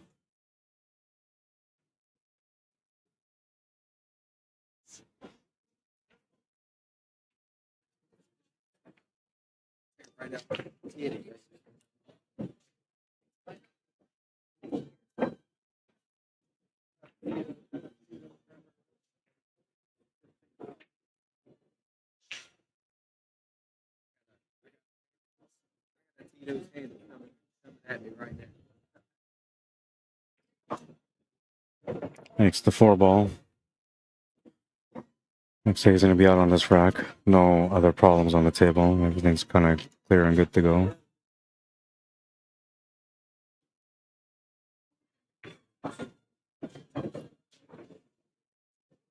Looking for some angle on the 7-ball. He's going to get it. Just follow this through or punch it off the bottom rail. It's up to him. He's going to play it through.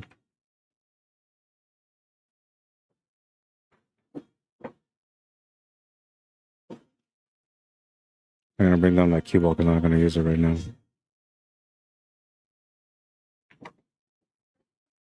Makes the 8. Straight on the 9.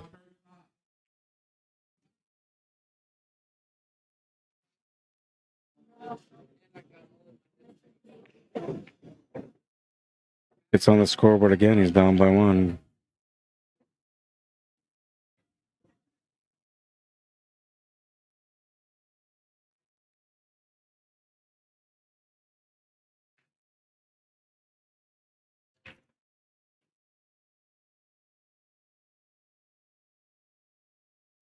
I don't know, man. It feels like this match is a little slow right now. Pace ain't right. We got to turn things up here, man. They started off with 5 rounds on the last set. This one has been a back and forth for 5 racks. Time to get things going here on this table.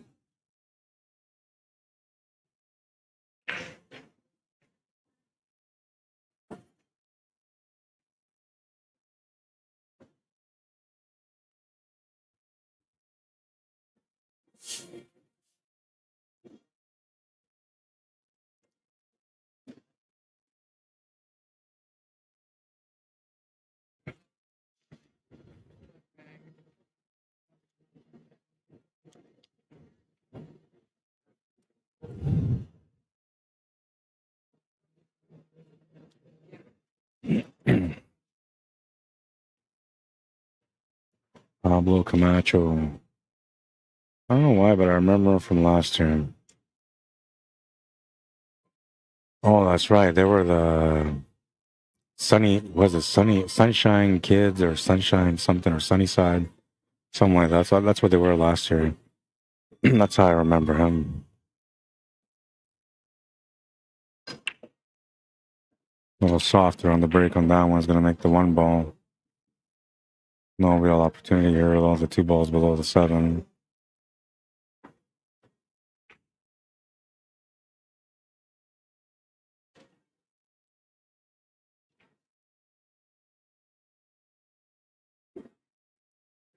Opting for a safety.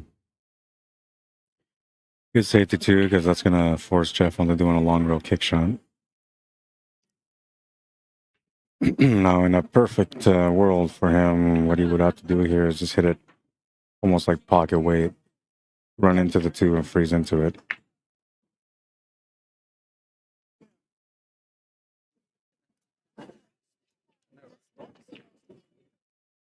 He could go for like a Hail Mary shot, you know, whatever happens, happens kind of thing, and go for the kick shot with a little bit of extra speed. Maybe, you know, the 2 will go into that 3, back cut it towards that 5, and then go off the 5 and in.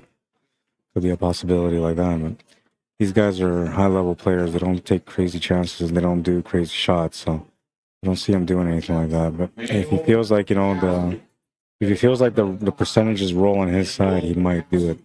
I just don't see him doing it though.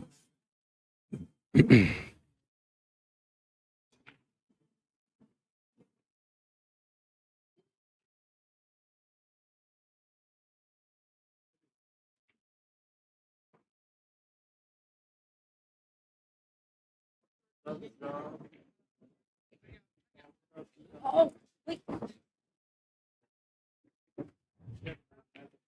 It's going to take the intentional foul.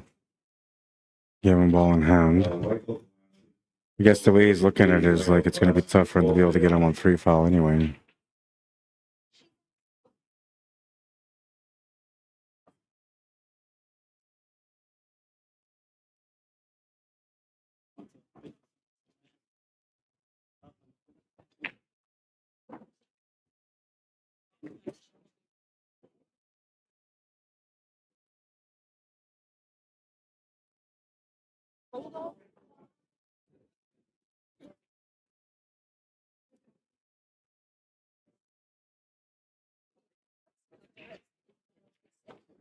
Kind of like the same option here. This time, like Jeff has a better opportunity. He can maybe squeeze that 3 ball around that, or that 2 ball around the 3 ball, and then get lucky with the 2 ball going off the 5. Yeah, like that. Like it's almost like as if I just played that one out and it just happened. Wait, am I psychic? Am I in the wrong industry?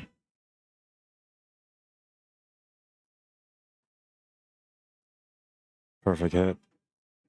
Perfect bounce.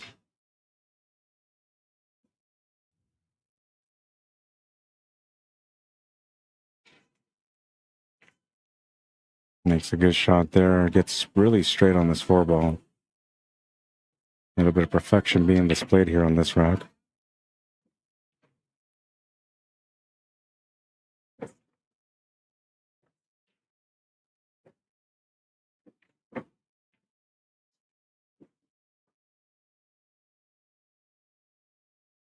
Best just to play it through there instead of doing the stun draw, which a lot of people would have done.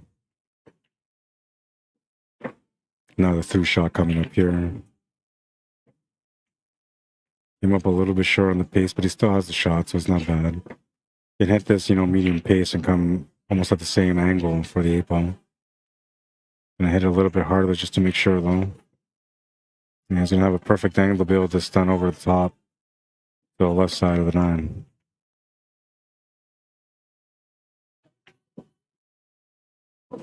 Oh, and I forgot the chamber.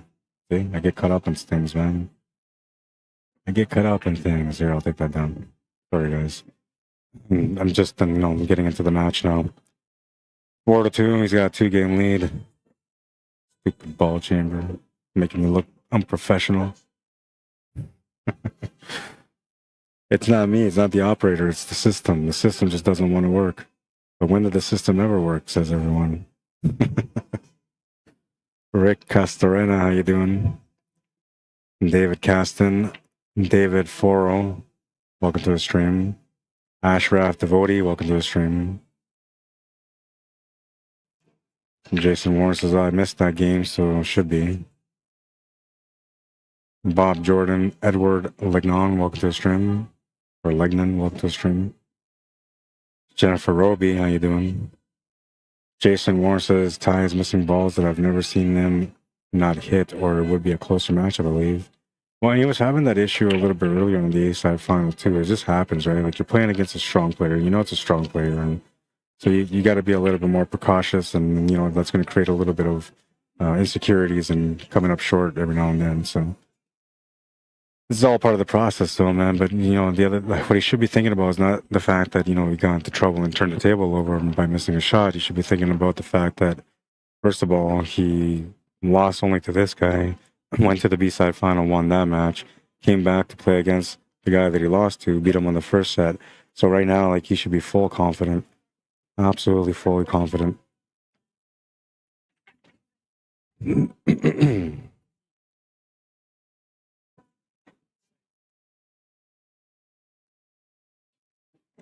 Jonathan Jones is replying to Josh Watson saying, I'll bet you go ask Tyrus Kelly, he will flip the coin with you. Talking some smack now. Things are heating up, just not on the pool table. In the chat room. What's going on YouTube, man? Y'all been quiet. You guys still there? Oh yeah, we're still here. What's up, guys? Oh, and I was gonna share that stream to the link here, so I'll do that right now.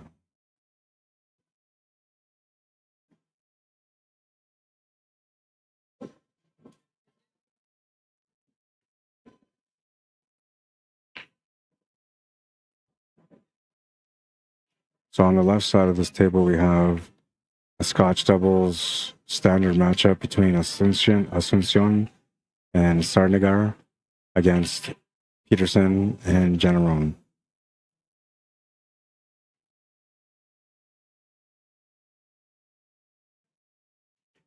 Actually, I'm better off just looking through the bracket.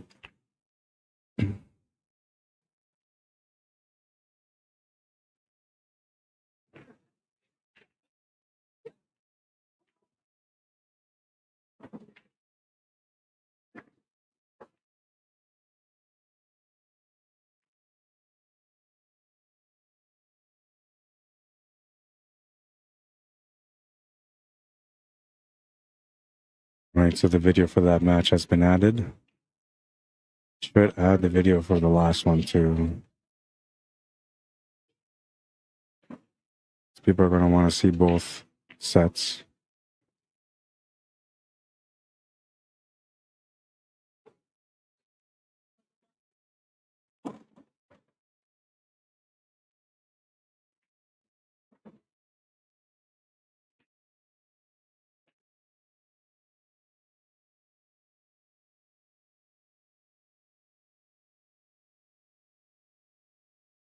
Just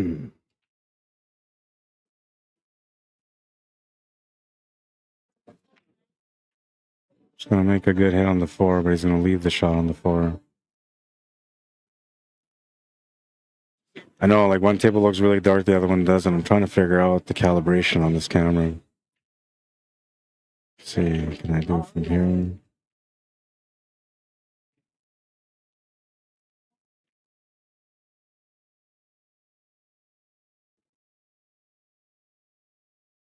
Like it's good, but it's just a bit too dark. So see if I can fix that.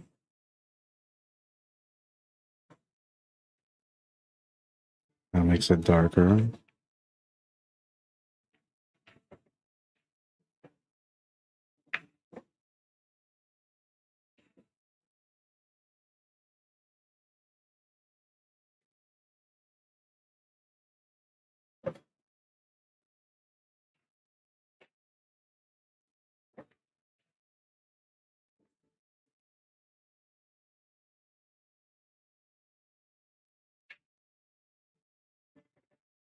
Oh, that's better now.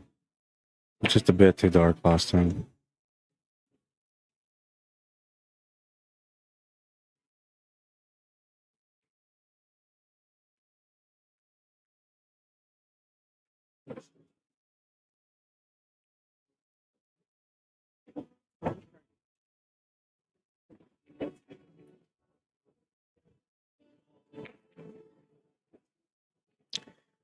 What does first A wants to know, Jonathan? And Jonathan replies, Tony Hoffman, how many players? Oh, and Tony Hoffman said 1,600 for second, 2,100 for first. They added over, I think, just over $65,000 into this event through all divisions. So a lot of money being added to each tournament.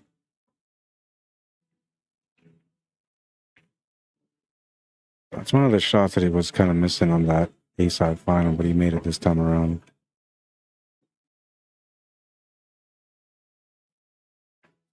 Makes the 9 ball. He's down by 1. Race to 4 for Tyrus and race to 5 for Jeff. I can't fight this feeling anymore. Jonathan Jones says good payouts. Yeah, I know they're good payouts. And yeah, I think it was 23 players in the advance. So considering that's 23 players, that's a really good payday. You basically have to win 4 matches on the A side to be guaranteed 1,600. Maybe 5 if you had to play the first round, but if you got that to be announced or TBA, then yeah, you only have to win 4 matches to get to that point.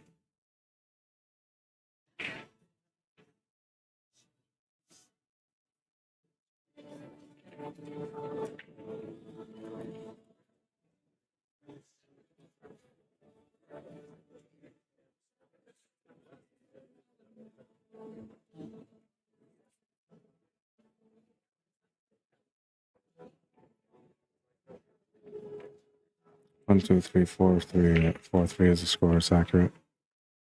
So we're gonna move into rack number 8 in this matchup now.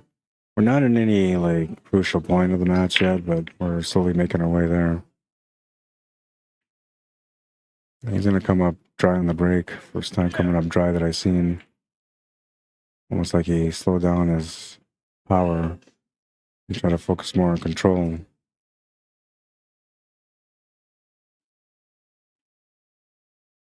Jeff is looking to put the cue ball on top of that 9 ball and the 4 ball. At least that's the way I would play it here. We've got lots of room for that safety. Now the thing about that safety too is if you play a really good safety onto that 9 ball, you might be able to even try to get him on a 3 foul.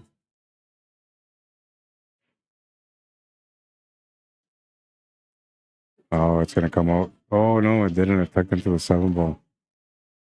Super lucky there. Took away all options there. Can maybe try to play some spin off the top rail, off the right cushion to get across to hit that 1 ball. But see the angle here.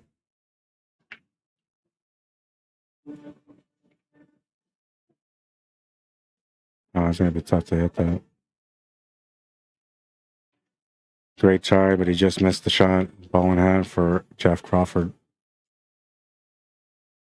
He doesn't have to go for 3 foul anymore, but there's still a little bit of work on this table. He might consider it. I don't think he will, though.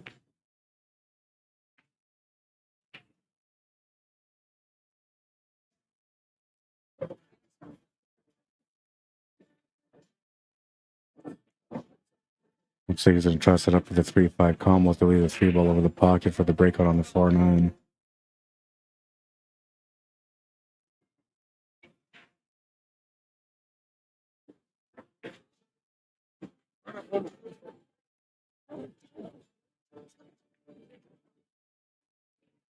Even played it off the cushion just to make sure that you had a better angle on this 3-ball.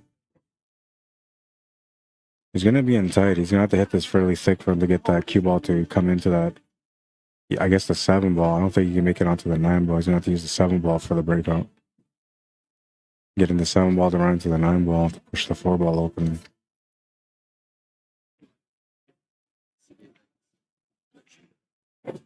And it's a good idea, but he didn't open up the 9-ball and the 4-ball. And now he can only hit the shot on the 4-ball. I don't think he can clip it from the side.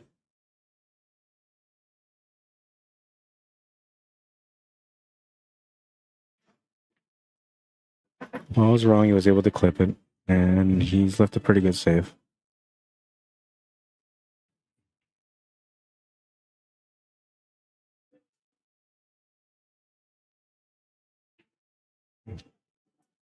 Backett and Jack, it says Jonathan Jones.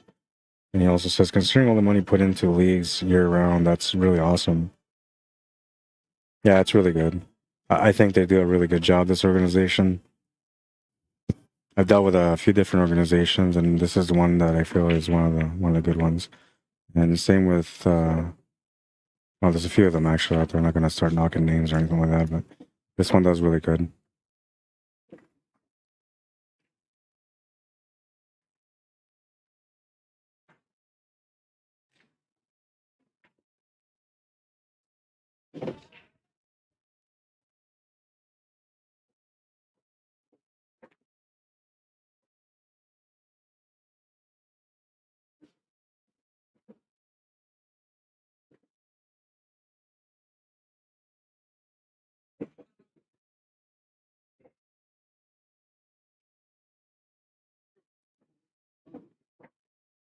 Easy finish on this one. He's going to tie up. Oh, sorry, he's down. He's up by 1. Never mind. I think I'm getting tired now, man. I'm starting to wear out. I only had 4 hours sleep last night. The opponent says it's good. It's 5-3. Jeff Crawford to break next. Needs 4 games to win the match, and so does Tyrus. So we're now in a race to 4 in the second set of a championship match. And I forgot to bring this back up, so I'll bring it up right now.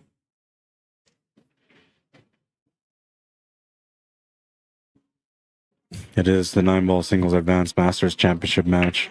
Second set. Winner here wins the tournament. And I gotta excuse myself. I gotta take a quick bathroom break. I'll be right back. Shouldn't be long, those right behind me, but these guys shoot fast, so that rack might be over by the time I come back.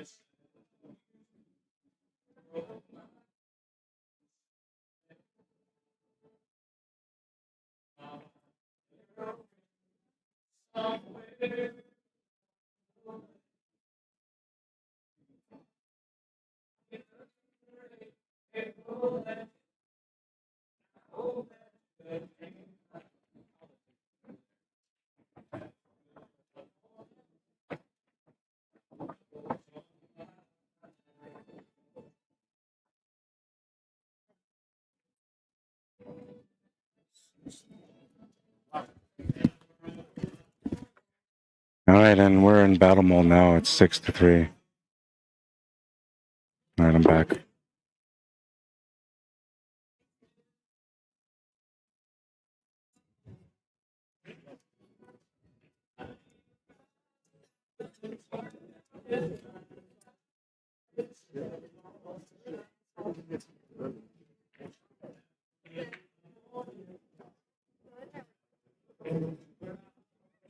Saturday, Sunday.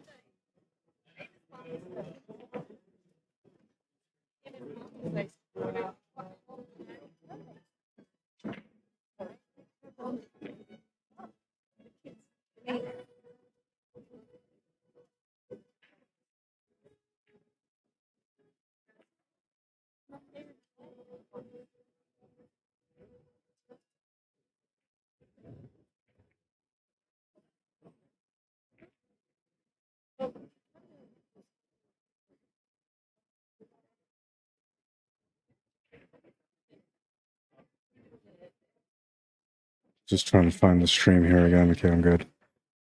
Any comments that I missed? Swing at $50. Oh, we got some action going on here. It says even race from here. I'll take Tyrus from here for 20 to 50. Kyle Collins says 50. Looks like we got game. What's up, Bob Wolf? Welcome back, Harold. Aaron, how you doing? Daniel, welcome to the stream. Well, he's not necessarily under pressure, but it's time to get the scoreboard moving for him. Race to 4 for Tyrus at the moment. Race to 3 for Jeff.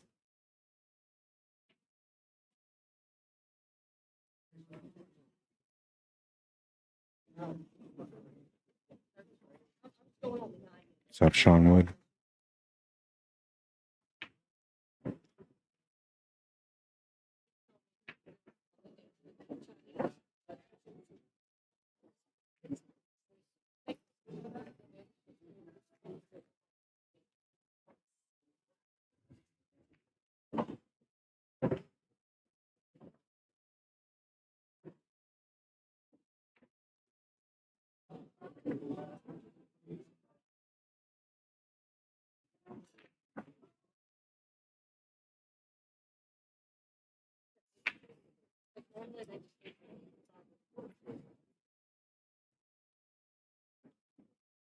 Taking his time here just to make sure that he's got the proper plan lined up.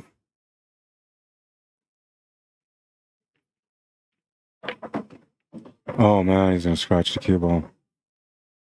I'm sure he was thinking that he could have just played through with some side spin, but I think he was trying to get around the table.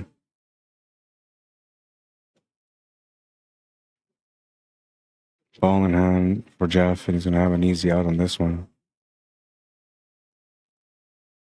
5 to the 6, 6 to the 7, and the 9 will be done.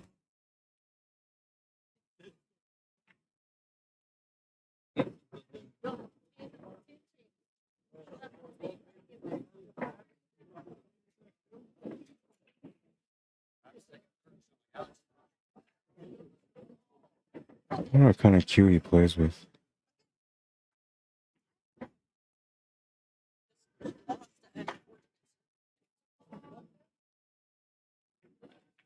Guardian, Ben Tolley, 132. Easy peasy on this one. Gilbert Saunders, Ollie Kelly, 141. 7-3. Needs 2 more to win. Not sure what happened with his match, man. It went from being a crazy intense battle to now becoming a bit of a one-side match. Yeah, and obviously has something to do with rolls. You know, rolls are usually involved in scoreboards like this. Yeah, I did miss a couple of racks, so I didn't see exactly everything that went down in this matchup so far. What's up? Stephen Roberts says, hey, Rod, I'm back. Had to go somewhere for a little while. Good for you, man. You got to enjoy life, too. What's up? David Wilkes. Welcome to the stream, bro. Jason Warren said, oh, my God, that hurt. Yeah, and so, like, the weird thing is, like, he took his time to work it out, too, man. It just, I don't know. I'm not sure what he was thinking there. Juan Granado Rios Jr., welcome to the stream. Kendra Land Mercer, how you doing? Josh Watson says, close it out, Jeff. Ty Nguyen says, 2 more. Michael Davis, what's up, man? Check out what's up on YouTube as well.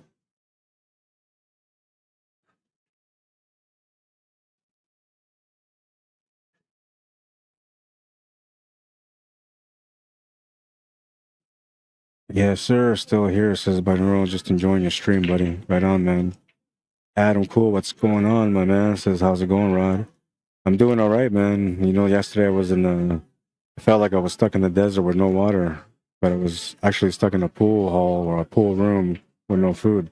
But it felt the same way, so very traumatic experience, man. I listened to some Neil Young, you know, talking about his little walk to the desert. Or wait, that's America that sings that song.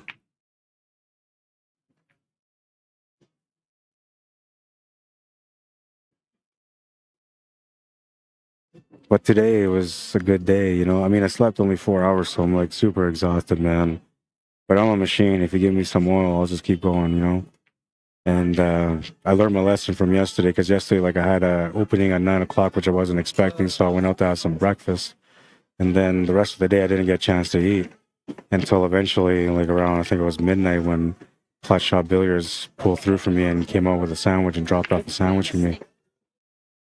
So today I was like, okay, well, you know, no matter what, I don't care if I get a break or not at the beginning. I'm not taking a break until at least 1 o'clock, so I can go have something to eat, something really good to eat. And then it was like a small window, man, 12 o'clock to 12:30. I had 30 minutes to go eat instead of my usual hour or hour and a half that they would normally give me. So I just rushed out and went to the buffet, and man, I'm telling you, man, like, the way I was eating the food, it was like how pros run tables. Fast, quick, and everything was going in. I literally showed in all of Las Vegas what busting a munch means, the real definition of busting a munch. Y'all just eating, man. I'm busting a munch over here.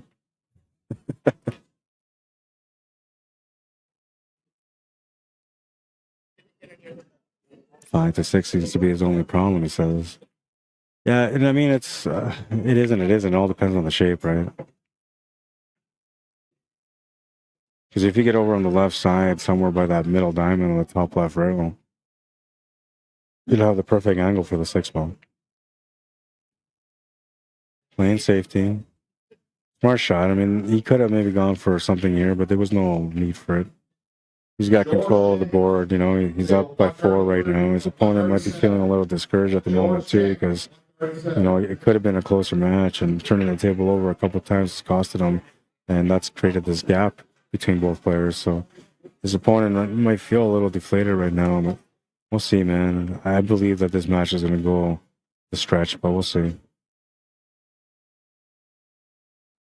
Jeff making a good decision here just by keeping it simple.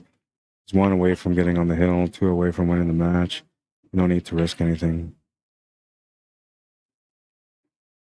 Oh, what a hit. He's going to make the shot. Wow. I mean, just hitting the ball was the object there, but to make the shot is a bonus, man. That was a beauty. Look at this one.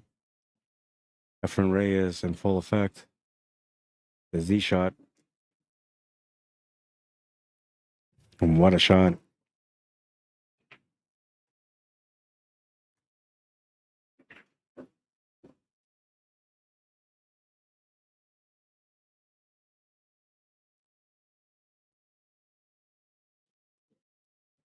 up, man?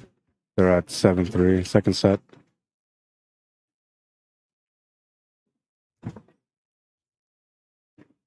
Oh, and another good hit. But he's going to turn the table over with an out for his opponent. Just unfortunate after this beautiful shot. We'll look at it again. I'm okay. I got water and pop. Thanks, man. Look at this beautiful Z shot. We're going to let this one run again because I want to enjoy this one. This is a beautiful, beautiful kick shot. Man. A reverse Zorro, if you will.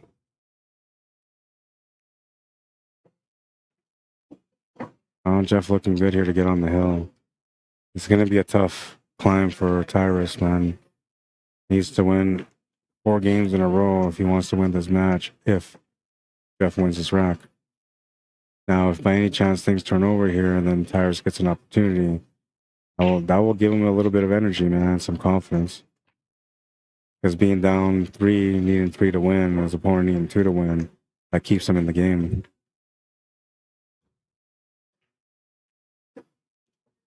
I just don't see Jeff missing a shot here or turning this table over. He's playing some pretty good disciplined pool so far.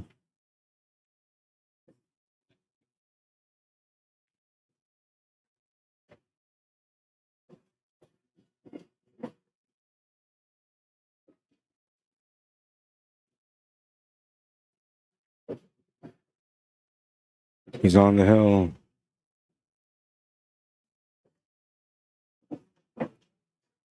Eight to 3, and Jeff Crawford waiting for a chance to close out the match. Tyrus Kelly looking to survive here. Needs to survive 2 of his opponent's breaks and win one of his. Table number 6. Because the beat Manitoba, table 6. One of his being the one that's coming up right now.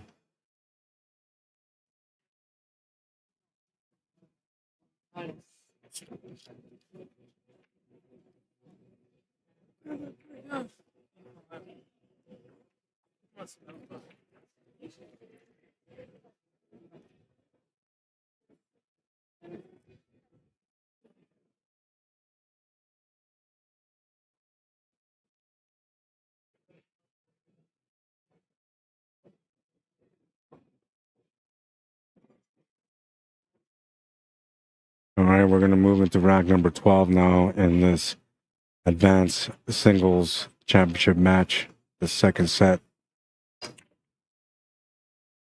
Just missed the 4-ball from going in, but he made the one.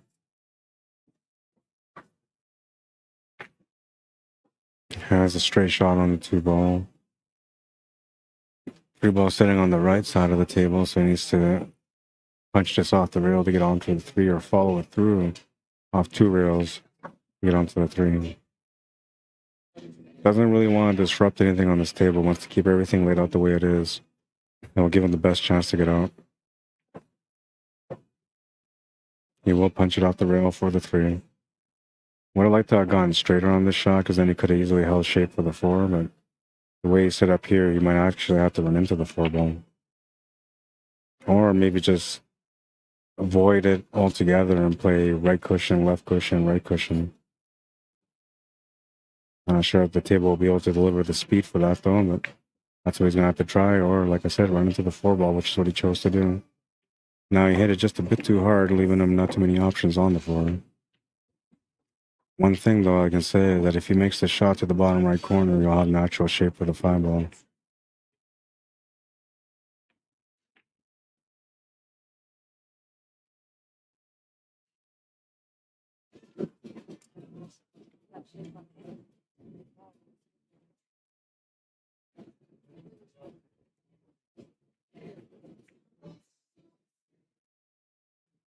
Oh, he's just going to miss the shot. It was an aggressive shot, but, you know, you're in a position where you can't really afford to turn the table over anymore. And right now, he's okay. Like, he turned the table over, and he should be okay unless his opponent can somehow miraculously cross back this 4 past the 5, which I don't think he can. But I don't think he wants to.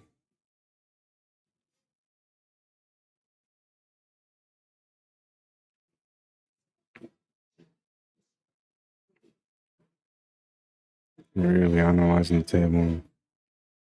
Going through all the different possibilities right now in his mind. Looks like he's found the one.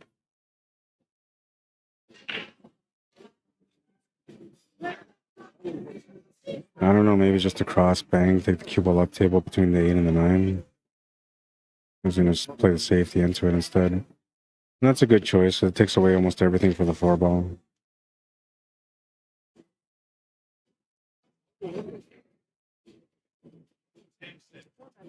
I wonder if he can just nick the side of this 4 towards the 7 ball, make the cue ball come across, and then roll up to the 5 to freeze up against it. Many tournaments going on right now. That works too. But if he would have rolled that cue ball towards that 5 and frozen, and then he would have maybe got a ball in hand out of this. But instead, he's going to have to come back to Jeff's reply, which I'm assuming he's going to try to play a safety here.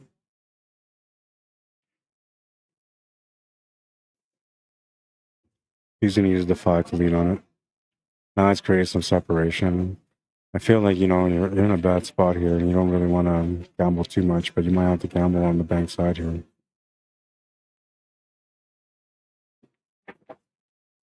And he's going to nail it. What a shot. Set up for the 5 ball. And this is good for him, man, because he needs a little bit of momentum here.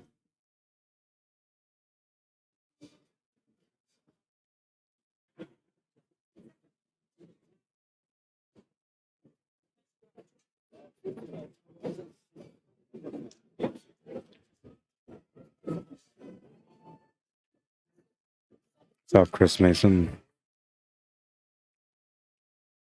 I'm off the end rail and tap, it says.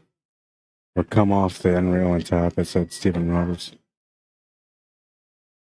Juana Gonzalez, bienvenido. Welcome. What a sicko, says Chris. Al Collins says, nice.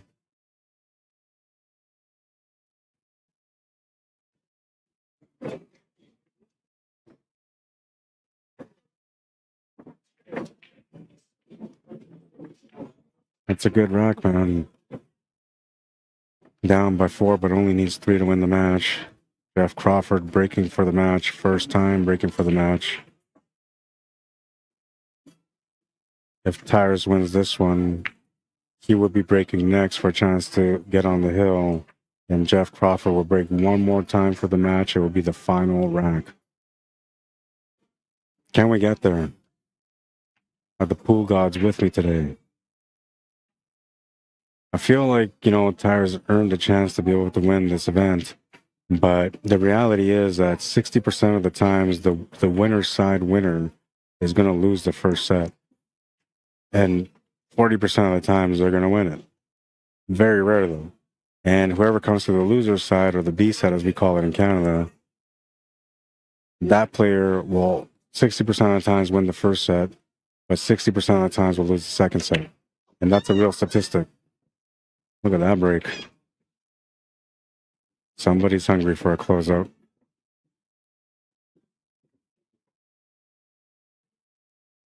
Smashy, smashy.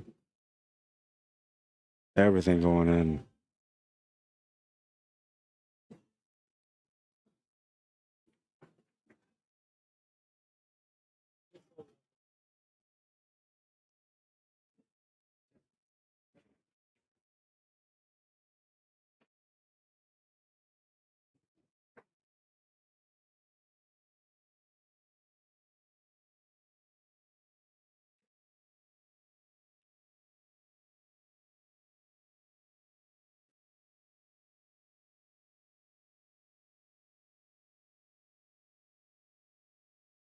I didn't think he was going to go for it, but he actually went for it. I just didn't see the outcome on this table. I mean, that 6 and that 7 and the 8 are just not in a good spot. And that's basically half the rack right now.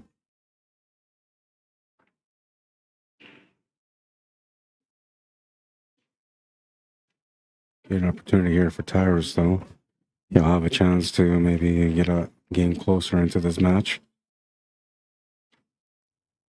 Making the 2 ball should be all right. I mean, he could always go off the rail if you can't see it directly. We'll take a look here on the side view.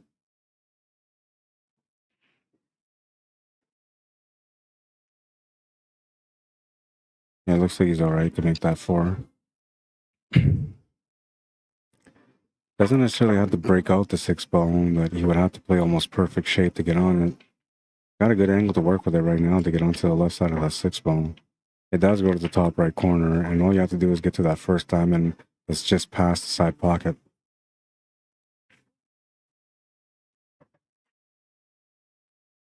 He's gonna go up table instead, and not sure what he's gonna do here.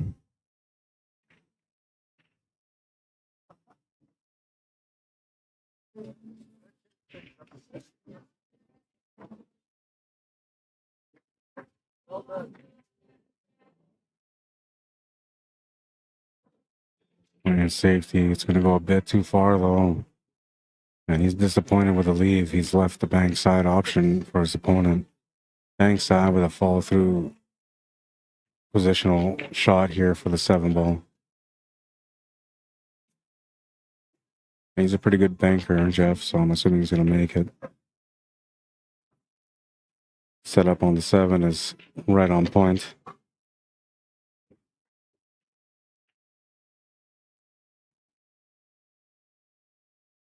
Waiting for the player on the left to take a shot first. Doesn't want any interruptions because he knows that right now this is for the match, so he's not going to rush it.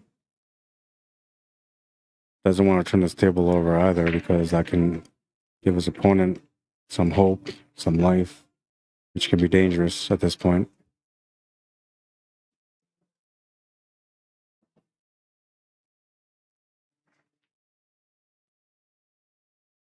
Makes the 7 ball set up for the win here.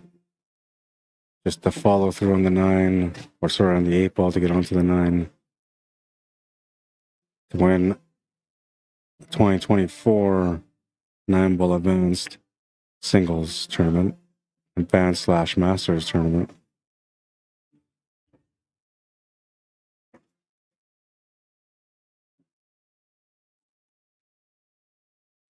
Will make the 9 and win the championship. Nice finish. Both players playing really well. We'll stop the clock. It was 55 minutes into that match. 9-4 the final score. Jeff Crawford being your champion in the Advanced Masters 9 ball division. And we do have, I believe we have another match. So there's a match on my left, but I'm not sure what kind of match it is. Let me just get this camera over there real quick.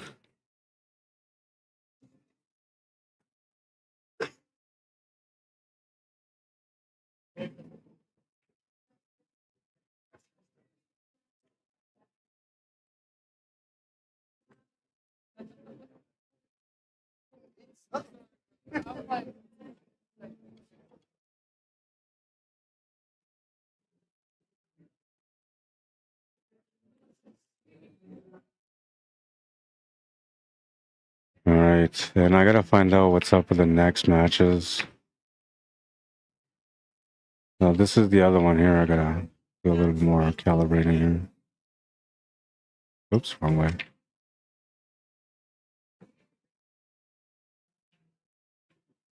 All right, and I'll find out what is up with this match, who's playing, all that stuff right now.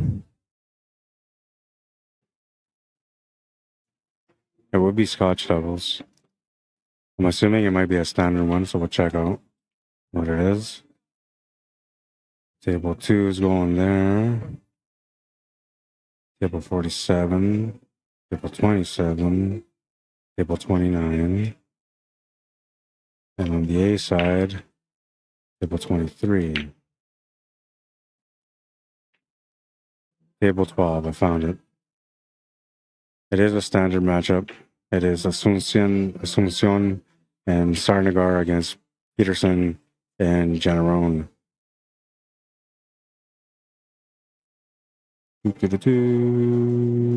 What's the score on this one? There's a race to 4. Asuncion and Sarnagar are at 3-1 against Patterson and Generone. And it's a race to 4, so Asuncion and Sarnagar are on the hill right now. So we'll leave it here for a second while I go find out what is up. I'll reset the score here. We'll bring down this header.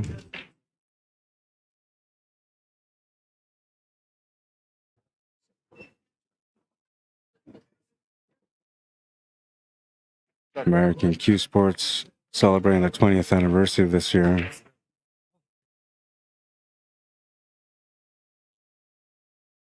Acme is a sponsor, or one of the sponsors,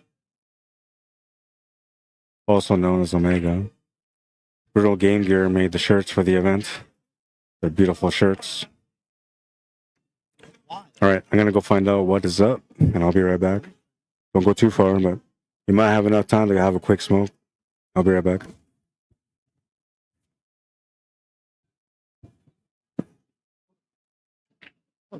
I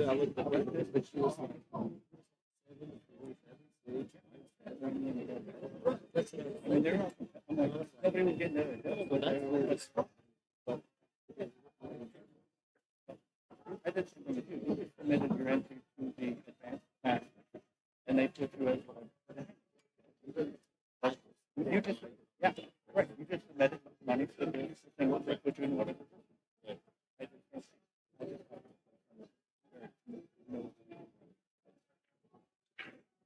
Yeah.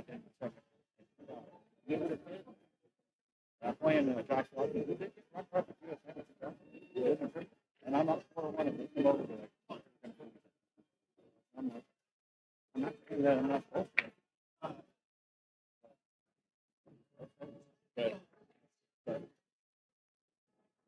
My only question is, what do we have to do to end the system? We have to store it. We have to like close it out, like restart it, put it in the game. Like they just changed it. Yes. They came over. They came over. They went. They're like.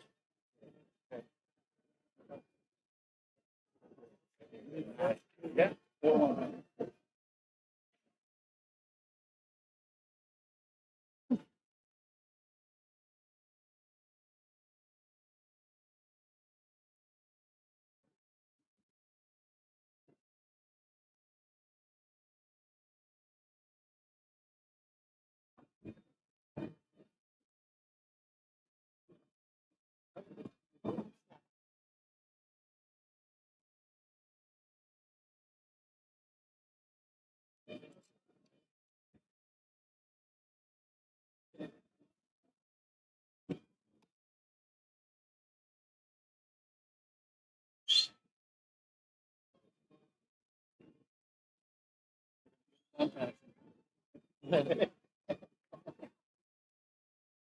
They give us a check. It's a check, but we will have to fill out. I'm pretty sure they will because it's not like it's good. Pretty sure we can. We'll find out a little bit. I'm gonna ask them.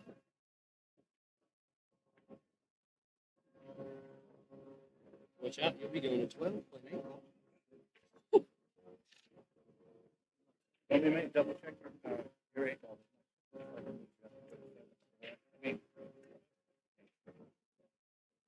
One game, 7.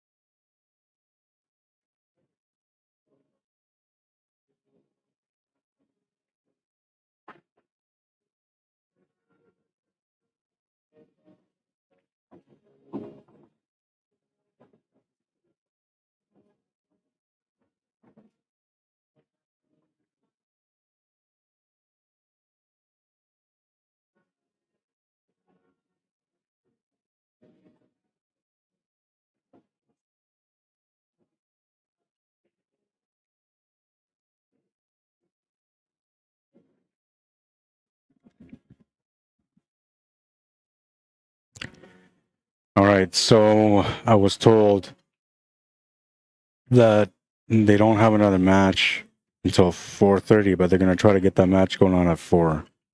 And this match is a little deep into the match, I believe.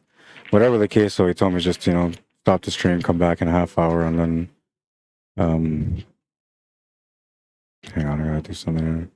Then we'll come back with the winners side Scotch doubles matchup. I believe it might be the A-side final. Not 100% sure, but I believe it's a A-side final that I'll be coming back. So this is going to give everyone, including myself, a chance to take a little breather. I think I might have enough time to go grab my cues from the room. I'm itching to play a little bit, so I don't know. And then maybe I can even do a little instructional thing for you guys, so you guys check things out. Oh, but by the way, that reminds me. So I was going to speak about spins. So those of you that stayed on here patiently, you're going to get a little bit of a reward here. All right, so we're going to start off here. This is basically when you first start off in pool, you're going to be aware that there's, well, not very at first, but when you first start learning about pool, you're going to understand that there's, top spin, back spin, left and right. And then, common sense says that you can go in between. So top left, bottom left, right? And usually when you first learn, it's always like one tip because you don't really know what's happening, but you know that something is changing. So you're just trying to get through the motion, so to speak, right? Then you get into a little bit more advanced into your knowledge, and now you're starting to understand that you can start moving over from the center, one tip over from the center, and that's going to give you a little bit of spin, a little bit of angle. You're going to get the thrills off what the cue ball is doing, but it's only the beginning of the knowledge, all right? From there, you're going to move into the third level that I call it when it comes to cue ball spin knowledge. And they say here, like the pool coach, thank you, pool coach, for this one, says it's called cue ball control because that really is what it is. But as you progress, when you move into level 3, now you're understanding that you don't only move one tip over left and right or up and down, but you can also do half a tip, right? And so then you start changing how you control the cue ball. You start realizing that the paths that you normally got from the one tip can be reduced by half by going by half tip. And then you start learning different angles from your spins. Okay. When we proceed from that level 3, and we move into level 4, this is what I call level 4. Now you start seeing a little bit more. So instead of seeing like half tip, you're seeing, 1.5, 2.5. Like you're starting to move the tips around a little bit more, and you're starting to understand how all of it works. In a sense, it almost, kind of looks like a clock, and so you kind of work it as a clock when it comes to your spins. But then as you become a master level player or a professional level player, you start seeing the spins for what it really is. So every little bit of adjustment that you make will create a completely different angle. Now, learning how to hit that is going to be just as hard as learning how to use the spins altogether. Meaning what each one of them does. But to connect the shot, to make the shot, that's going to be a learning process all on its own as well. But you can learn it. And just understand that, when you're getting to the high level of competition, this is what most players see. They look at a shot, they look at the cue ball, they see all these angles off that shot. And depending on what the spin they use, that's where the cue ball is going to go. And the same happens when you reverse it, when you go to the bottom half of the table or the cue ball. It's the exact same thing. So technically, instead of looking at the original 4 points, then the original 6 points, then the original 12 points, you're now looking at like 30-something points every angle you can possibly look at. It does take a long time to develop that skill. It does take a lot of time and dedication to be able to work it, to understand it properly. But that is what it takes to be able to learn how to control the cue ball properly. And it's not just that, but we'll talk about what else when I come back on the next stream, all right? For right now, you guys got a little something. I fed you a little piece of cheese. I'll be back with the whole block when I come back with the next stream. All right, so let's go to the last highlight. It was a smash and break from Jeff Crawford, who ended up being the champion of the advanced division. Oh, wait, before I go there, let's go back here. All right. right. So before I go, we'll do a recap again. So now we've pretty much come down, I believe, to the end of all the 9-ball singles. The women's 9-ball advanced masters will be on around 7:30 Las Vegas time. So 4 hours from now, it should be on the TV table. It's going to be the A-side final of the women's advanced masters division. And that's yours? Okay, I was wondering whose that is, man. It was sitting there. Package over here. There's one at the booth. Ask John, the guy with the glasses on his forehead. There's one right there, so it might be it. It might be it. All right, so, and then from there, we're going to go on to the Scotch doubles, which has already begun. We're already going through most of the Scotch doubles matches. But when we come back in about 30 minutes, we're going to have the Advanced Masters A-side final, I believe that's what it is. I'm not sure. Don't quote me on it. But whatever the case, we're going to have lots of good action for you guys today. It's going strong. Don't forget to subscribe to my YouTube channel. Yeah, I was going to say something like that, and I forgot.